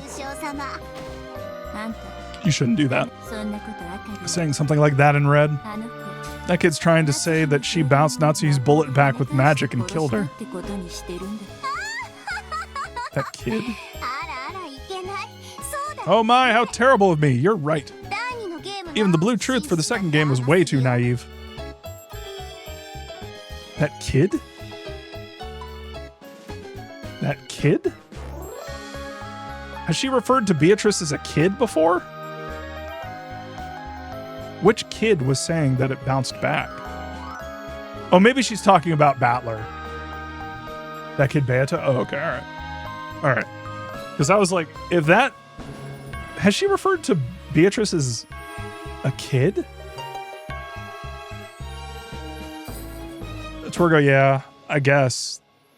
But like, that's one of the things that I feel like Ryukishi's having fun with is like your presuppositions, like your ideas of what words make you, like how they make you like sort of think about things. I feel like in that way, having her like call, I am going to laugh so hard if one of the major reveals in this is that the way that furniture is being deployed was a hint the entire time to say that the servants weren't humans.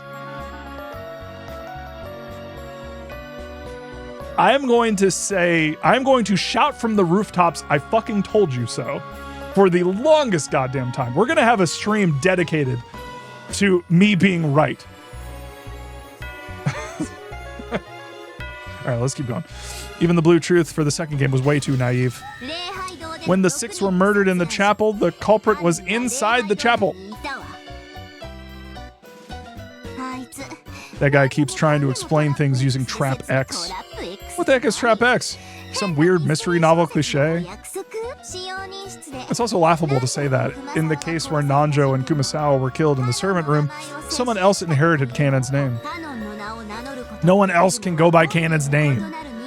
A different person can't claim that as their name.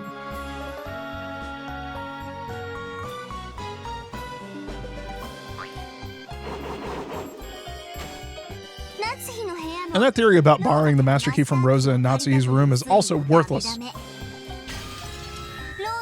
After the master keys came into Rosa's control, never did any of them leave her hands. Never?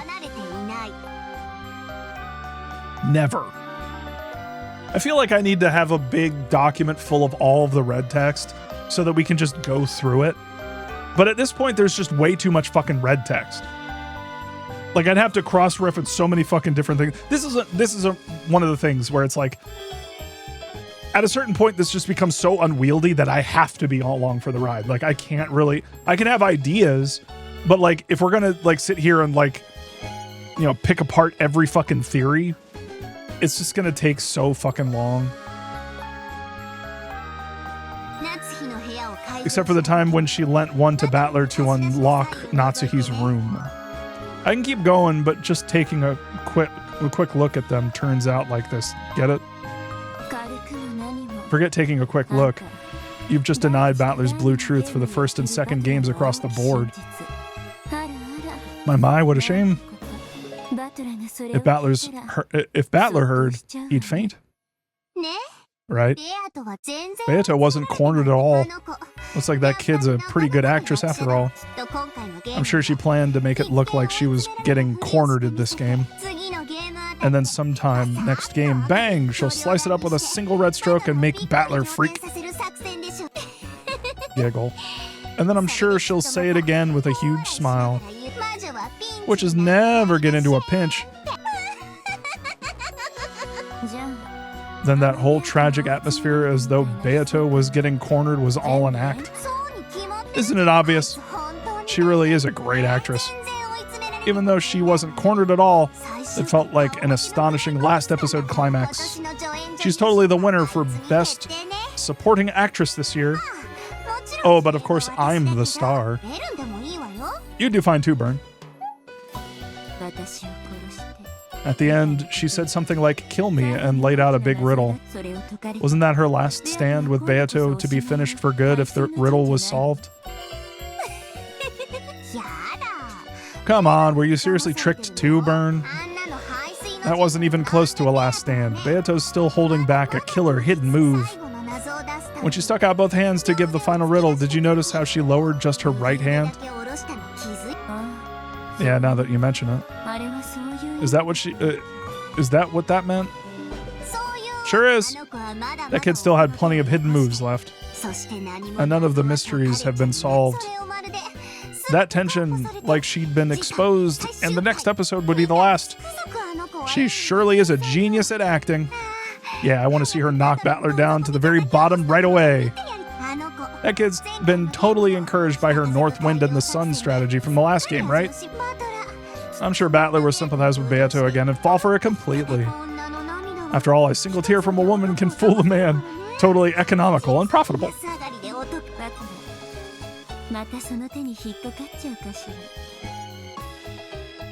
God damn it, she's right. I wonder if Battler will get caught by the same move again. I've got to spur him on so he never feels sympathy again. Although NJ's mincemeat seems to have done that pretty well. A power-up from an NJ flavored hamburger. Of course, I won't lose either. Starting here, I'll thoroughly support Beato to rally her up even enough to compete with Battler.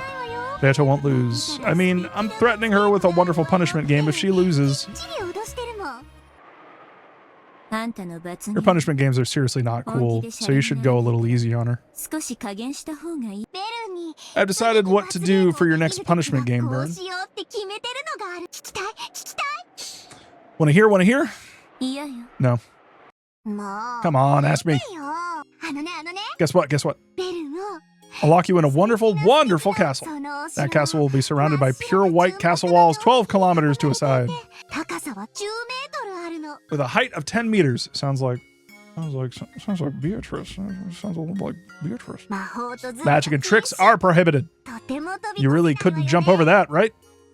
1,440,000,000 cubic meters. Got fucked up with that comma.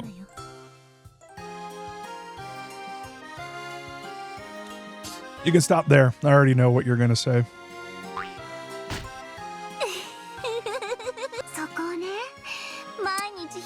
And that place will start getting buried with gems, one every day. I'll lock you in until the castle walls are packed with them and you've been buried to death with gems. Isn't that a wonderful romantic punishment game? Burkus, don't wait. Wait, are you gay?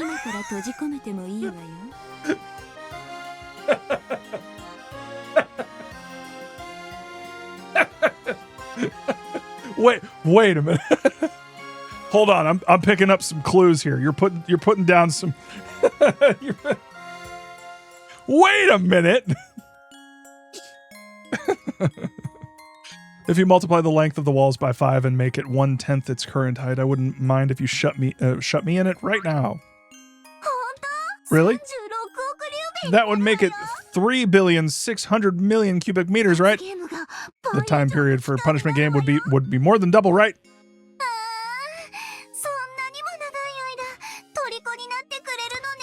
I get to keep you as my prisoner for such a long time. God damn. I really like you, Burn. I love you. I love you. I don't know. This is just how friends act, bro. It's like, what? This is how I act with my friends all the time. This is fine. Burn Castell, who yawned, looked bored as she touched the bottom of Lambda Delta's chin as though cuddling a cat. You're betting on Battler's victory. And I'm betting on an internal tie for the two of them. Doesn't that mean no one's betting on Beato's victory? I wouldn't. Their chances of winning are 0. How truly pitiful, being told by the Witch of Miracles that there's no chance of a miracle. Although I wouldn't bet on her either, right?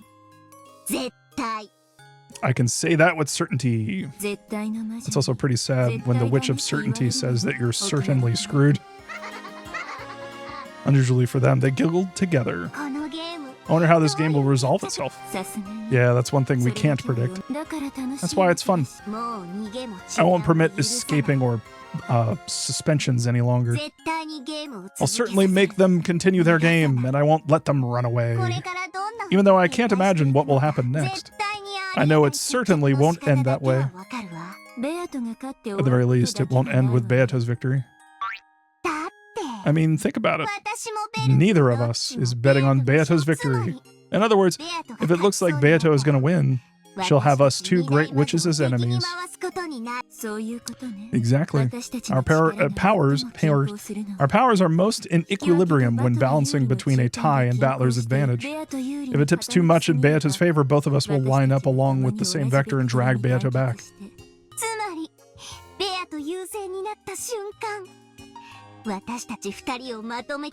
In other words, the instant Beato's in a superior position, I almost read that as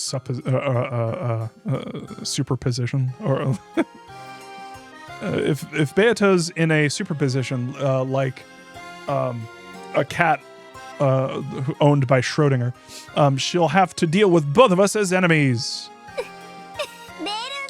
A common front with burn sounds fun. Thanks. But I'm not going into a Conpaito candy bath with you. Ah, and I was going to cover you with melted marshmallows. Bro! While taking a Conpaito shower. How pitiful. That child is a living toy, a doll you caught so that you could play with me, Lambda. I'm good at playing with dolls. I really can do it well, okay? I'm proud of being able to play with a single toy for hundreds of years without getting tired of it. You're her ally at some times and oppose her at others, toying with her for all eternity. How pitiful. That kid is now our doll. They keep calling her a kid. And I know why, and I mentioned this before, but for some reason it's making me think that, for some reason it's like kind of making me feel like, I wonder if Beatrice is Maria. I don't know why I'm getting that vibe. It's just the way that they're talking about her. It's like that kid. And I mean, these are both kids. So I wonder if it's like,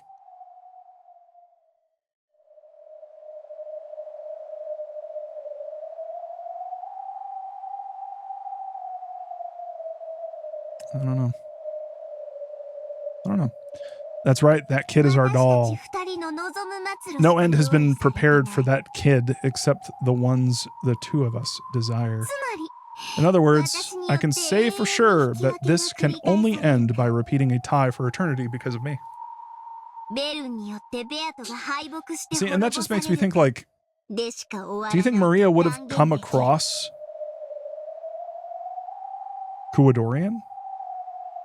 At some point, do you think that even Rosa had some evidence of Beatrice's like existence? Maybe she had like a picture or something. Maybe she found something at Kuadorian, and that made Maria conjure her. You know what I mean? Or maybe it was Virgilia. Maybe it was Kumasawa. Did Kumasawa like maybe show a picture of Beatrice to Maria?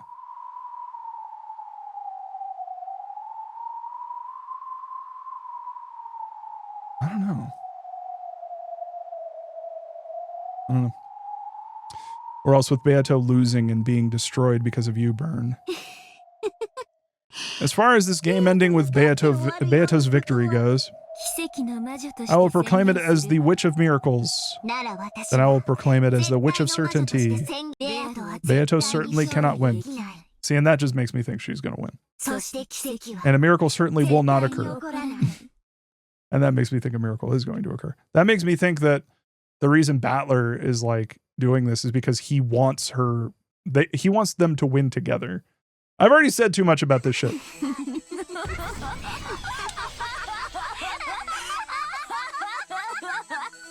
I don't think I've ever heard Vern Castell laugh. That was weird. I don't like that at all.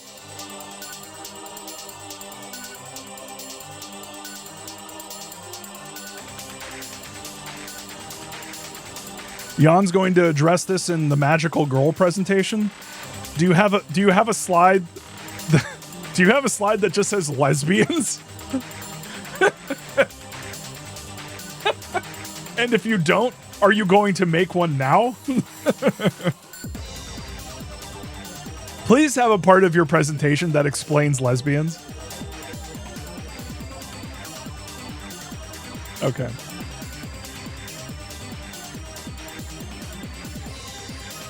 That's a lot of shit. That's a lot of shit. We covered a lot of ground. Jan, I have spent months with exactly 2 Burn Castell sprites waiting for this moment. Is it the laughing Burn Castell sprite?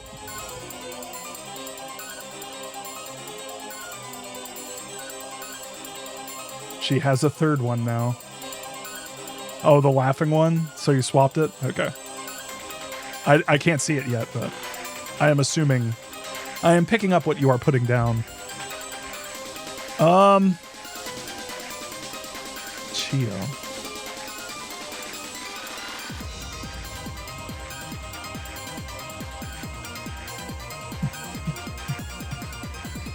All right. Is that it? Is that the end of the fucking question arcs? Did we get to the end of the question arcs and it took us as long as it took us to beat all of Higurashi?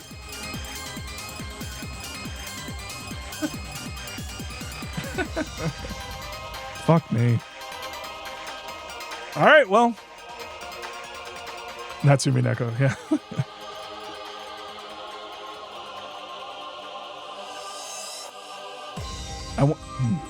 I feel like we need to have a part of the question arc recap, a book club, where we make predictions about what the answer arcs are going to be. Because at this point, I really don't know. I like the idea that they're presented just like the previous episodes. And they're like, it's kind of like, well, I won't say that. I want to believe that it's kind of like the previous, like the question arcs, where it starts out with a timeline. And we go through all of the murders, but we take way more of a granular approach to everything. And we start actually finding out stuff as we go.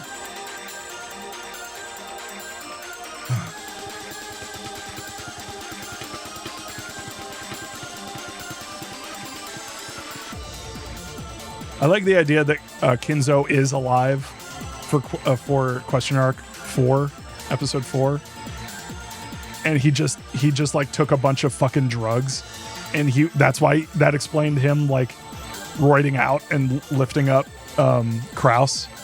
It's because he was like fucking like losing his mind on like fucking steroids. Ah. Pretty strong for a dead guy. It's true.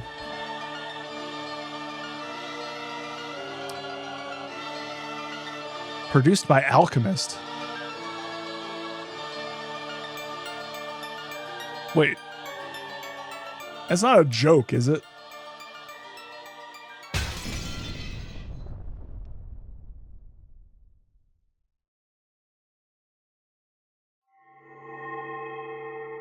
Real company? All right.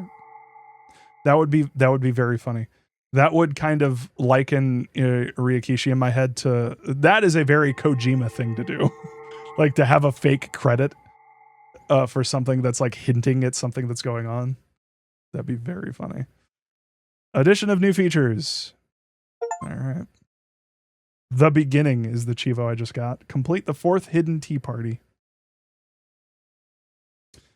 All right.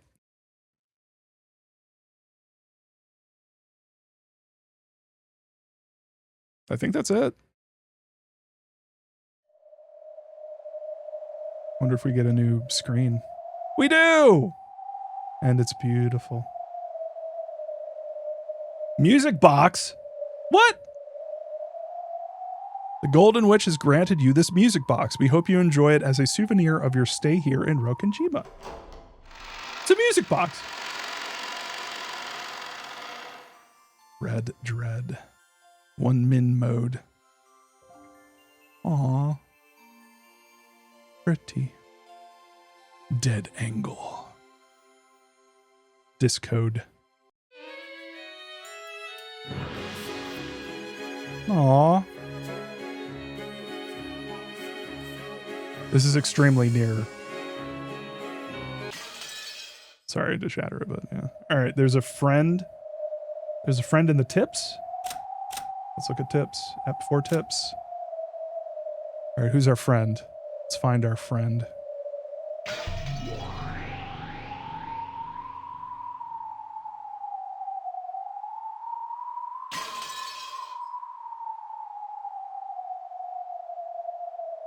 I mean, these are all certainly friend shaped.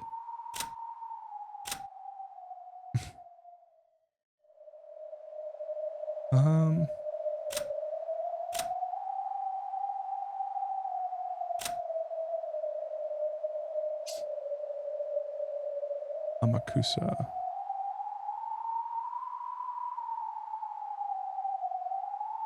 Thrill seeker willing to take on dangerous jobs for very little pay.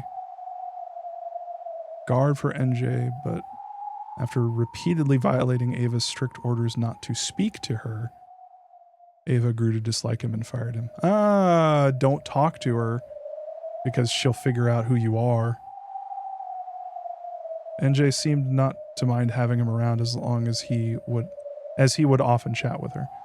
This man who has traveled between the Japan's self-defense force, the Foreign Legion, and non-government military companies has skill in counter sniping and protecting VIPs.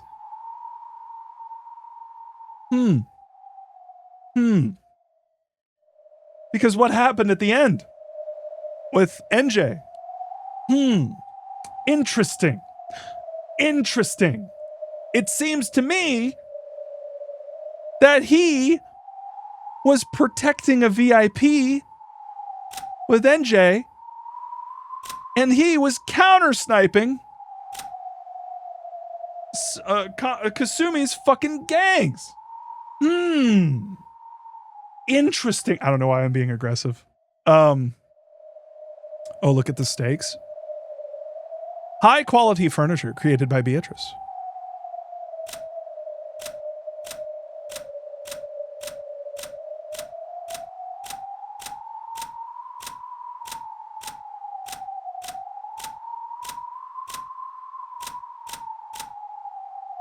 Yep, those are the stakes.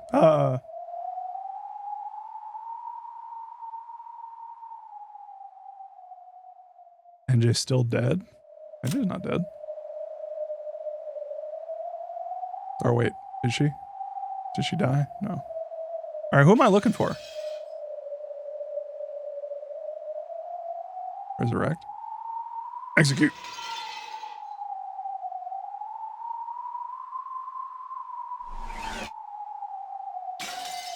Missing went to hell embraced by the witch, but to the witch that hell was the golden land. See, he's missing. He's not dead. His corpse wasn't found. See, that just confirms my theory, man. Kill this lady. Rip. Damn, that sucks.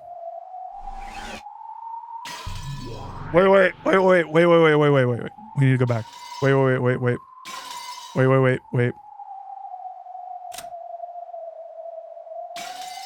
There we go.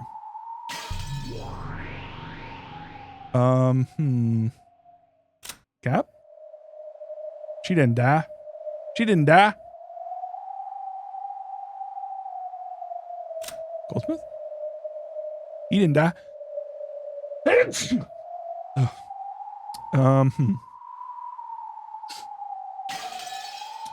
Am I supposed to be looking for? Yeah, never give me the power of life and death. It's a problem. Is that it? Bunny rabbits?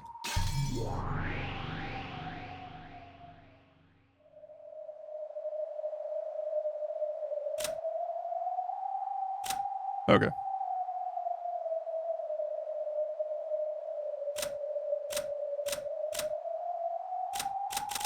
Oh, that's funny. I didn't notice that before. They have the little thing down here.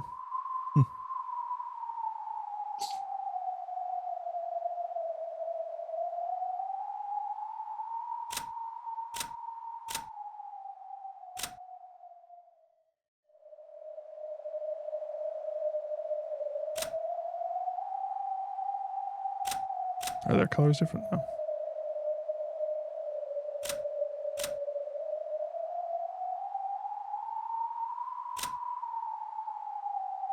I need to give this more thought. Because it seems to me that, like, they call...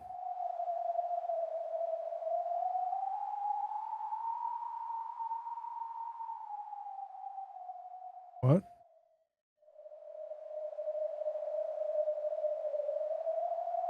"556, a weapon of the Sisters' Cavalry, which serves Pendragon. 556 was quiet and often teased, but she was loved by everyone.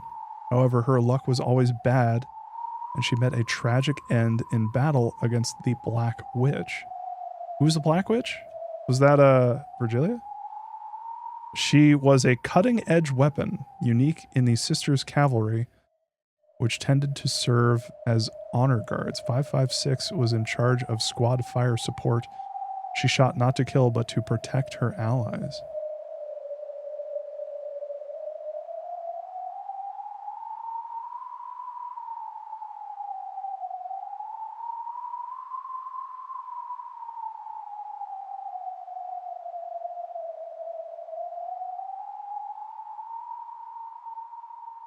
Kinzo was in war, right? Like, he saw war.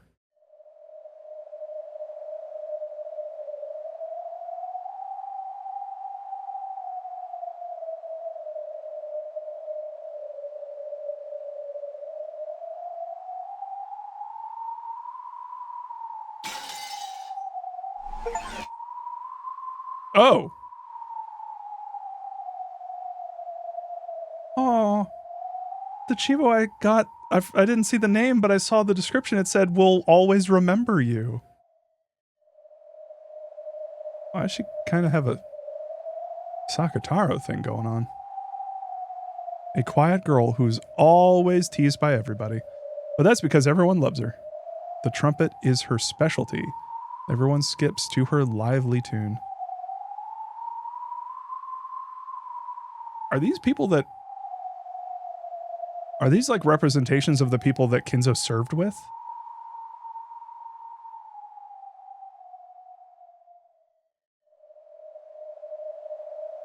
Was Beatrice a girl that Kinzo found on the battlefield or something? She's not dead. She's alive. Look at her. She's alive right here. She's fine.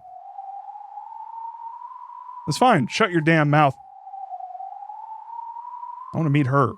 All these other ones are annoying. I don't like 410. Kill her. Execute. Execute. I like 00. 45's fine. I can't stand the other one.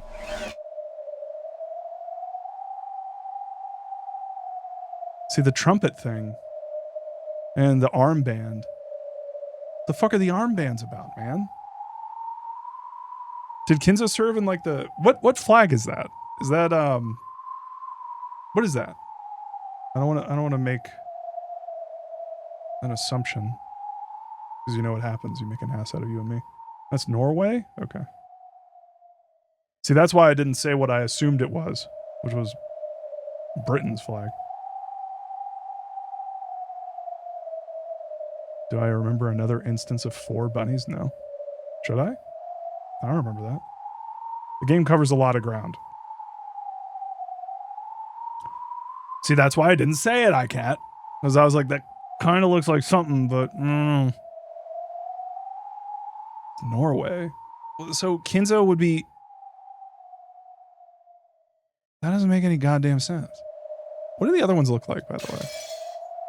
Oh, fuck. Oh, fuck. Oh, shit. Oh, fuck.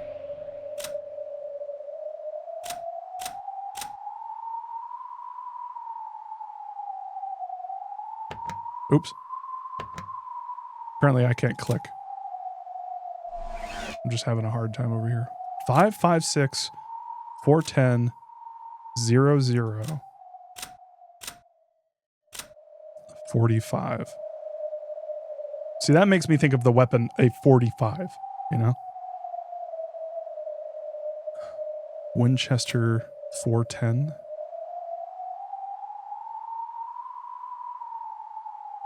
She's fond of Lucifer.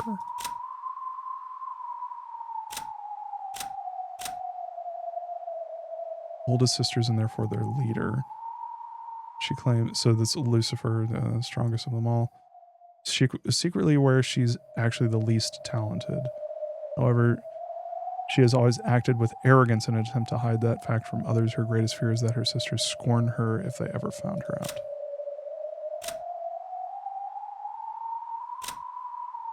So what war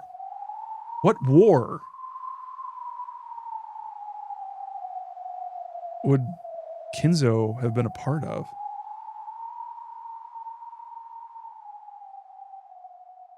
I don't know. Anyway. World War II? Okay.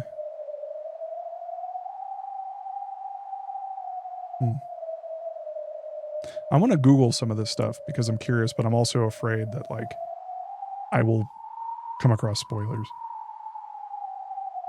Dusty Sasquatch, I posted a link in Discord to the PS3 question arc opening and stage play episode 1 opening if you wanted to see them on stream. I think we might check that out for the book clubs.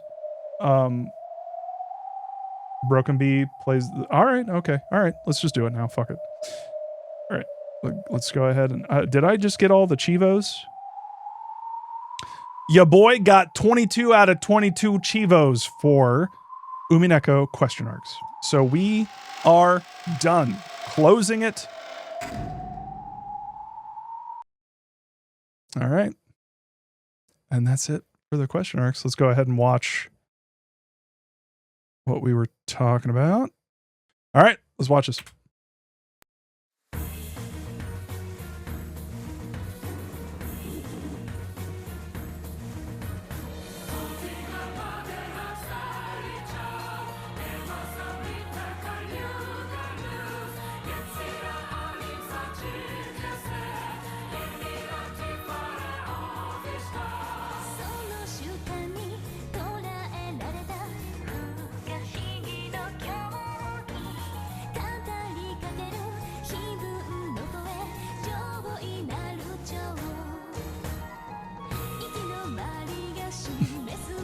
Spoiled Gap. Sasuke?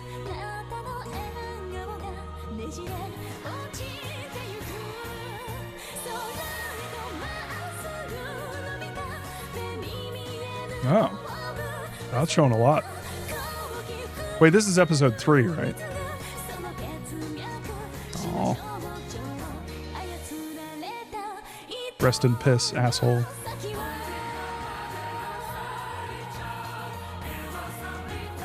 Oh, it's the whole, all of question arcs?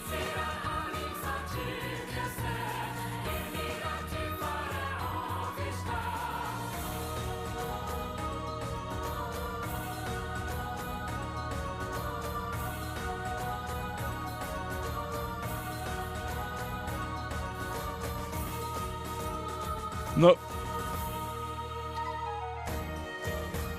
Butterfly. All right. Oh, it's just playing again. Cool. All right. And then Okay, let's do this. So I'm just going to play it, and it won't have video at the very beginning, but then it will eventually spin up.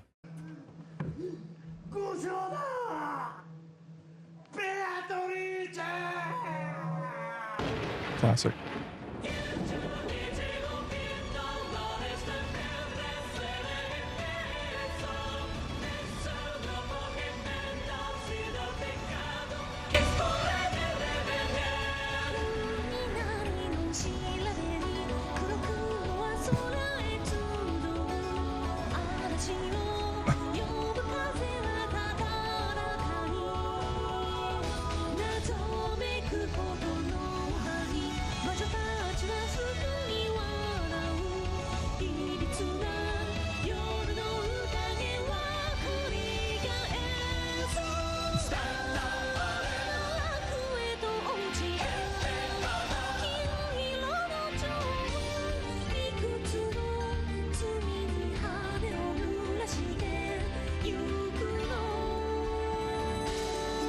Oh. Yeah, spin it. They're spinning the chessboard, dude.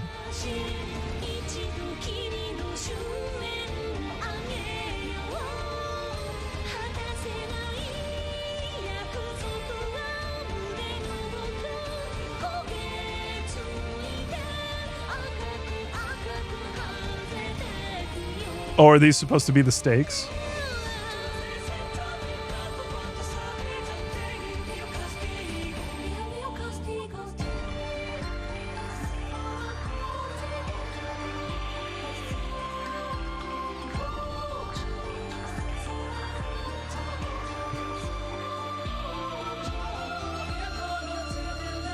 Stagehand, okay. His eyeliner.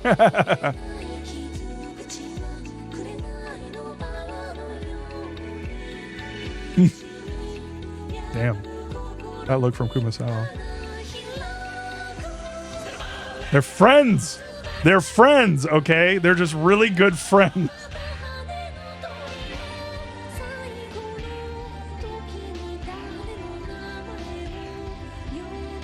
That bald cap.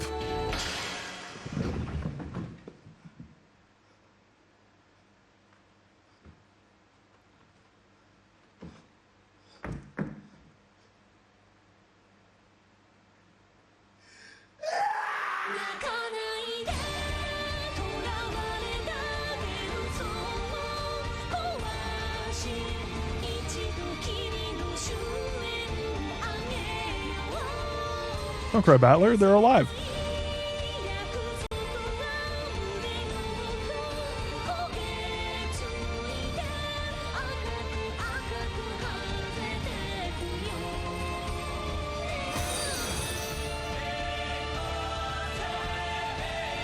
Sea Cats. Thank you for the follow. Appropriate name.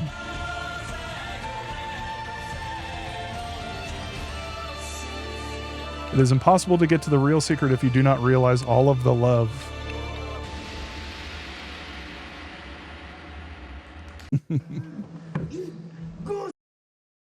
All right, cool.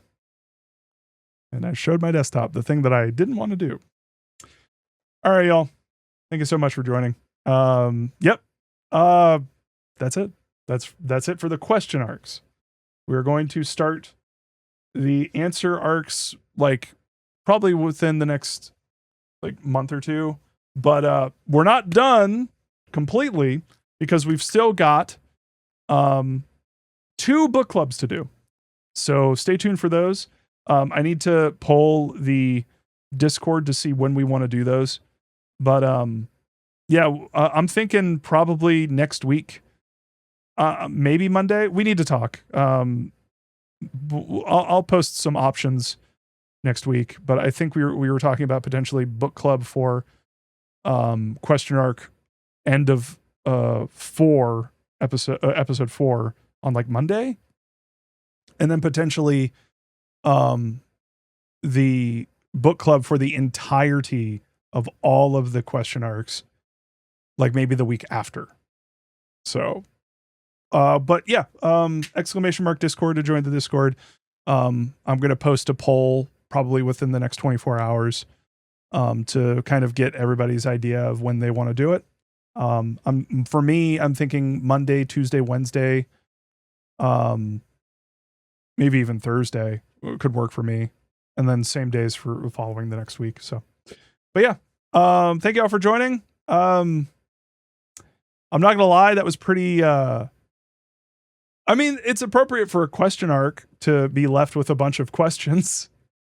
So, yeah, I'm excited to get some answers and finally start getting some answers. Because I feel like we've been fucked with for the entirety of the runtime of Higurashi. So, yeah, solve my riddle.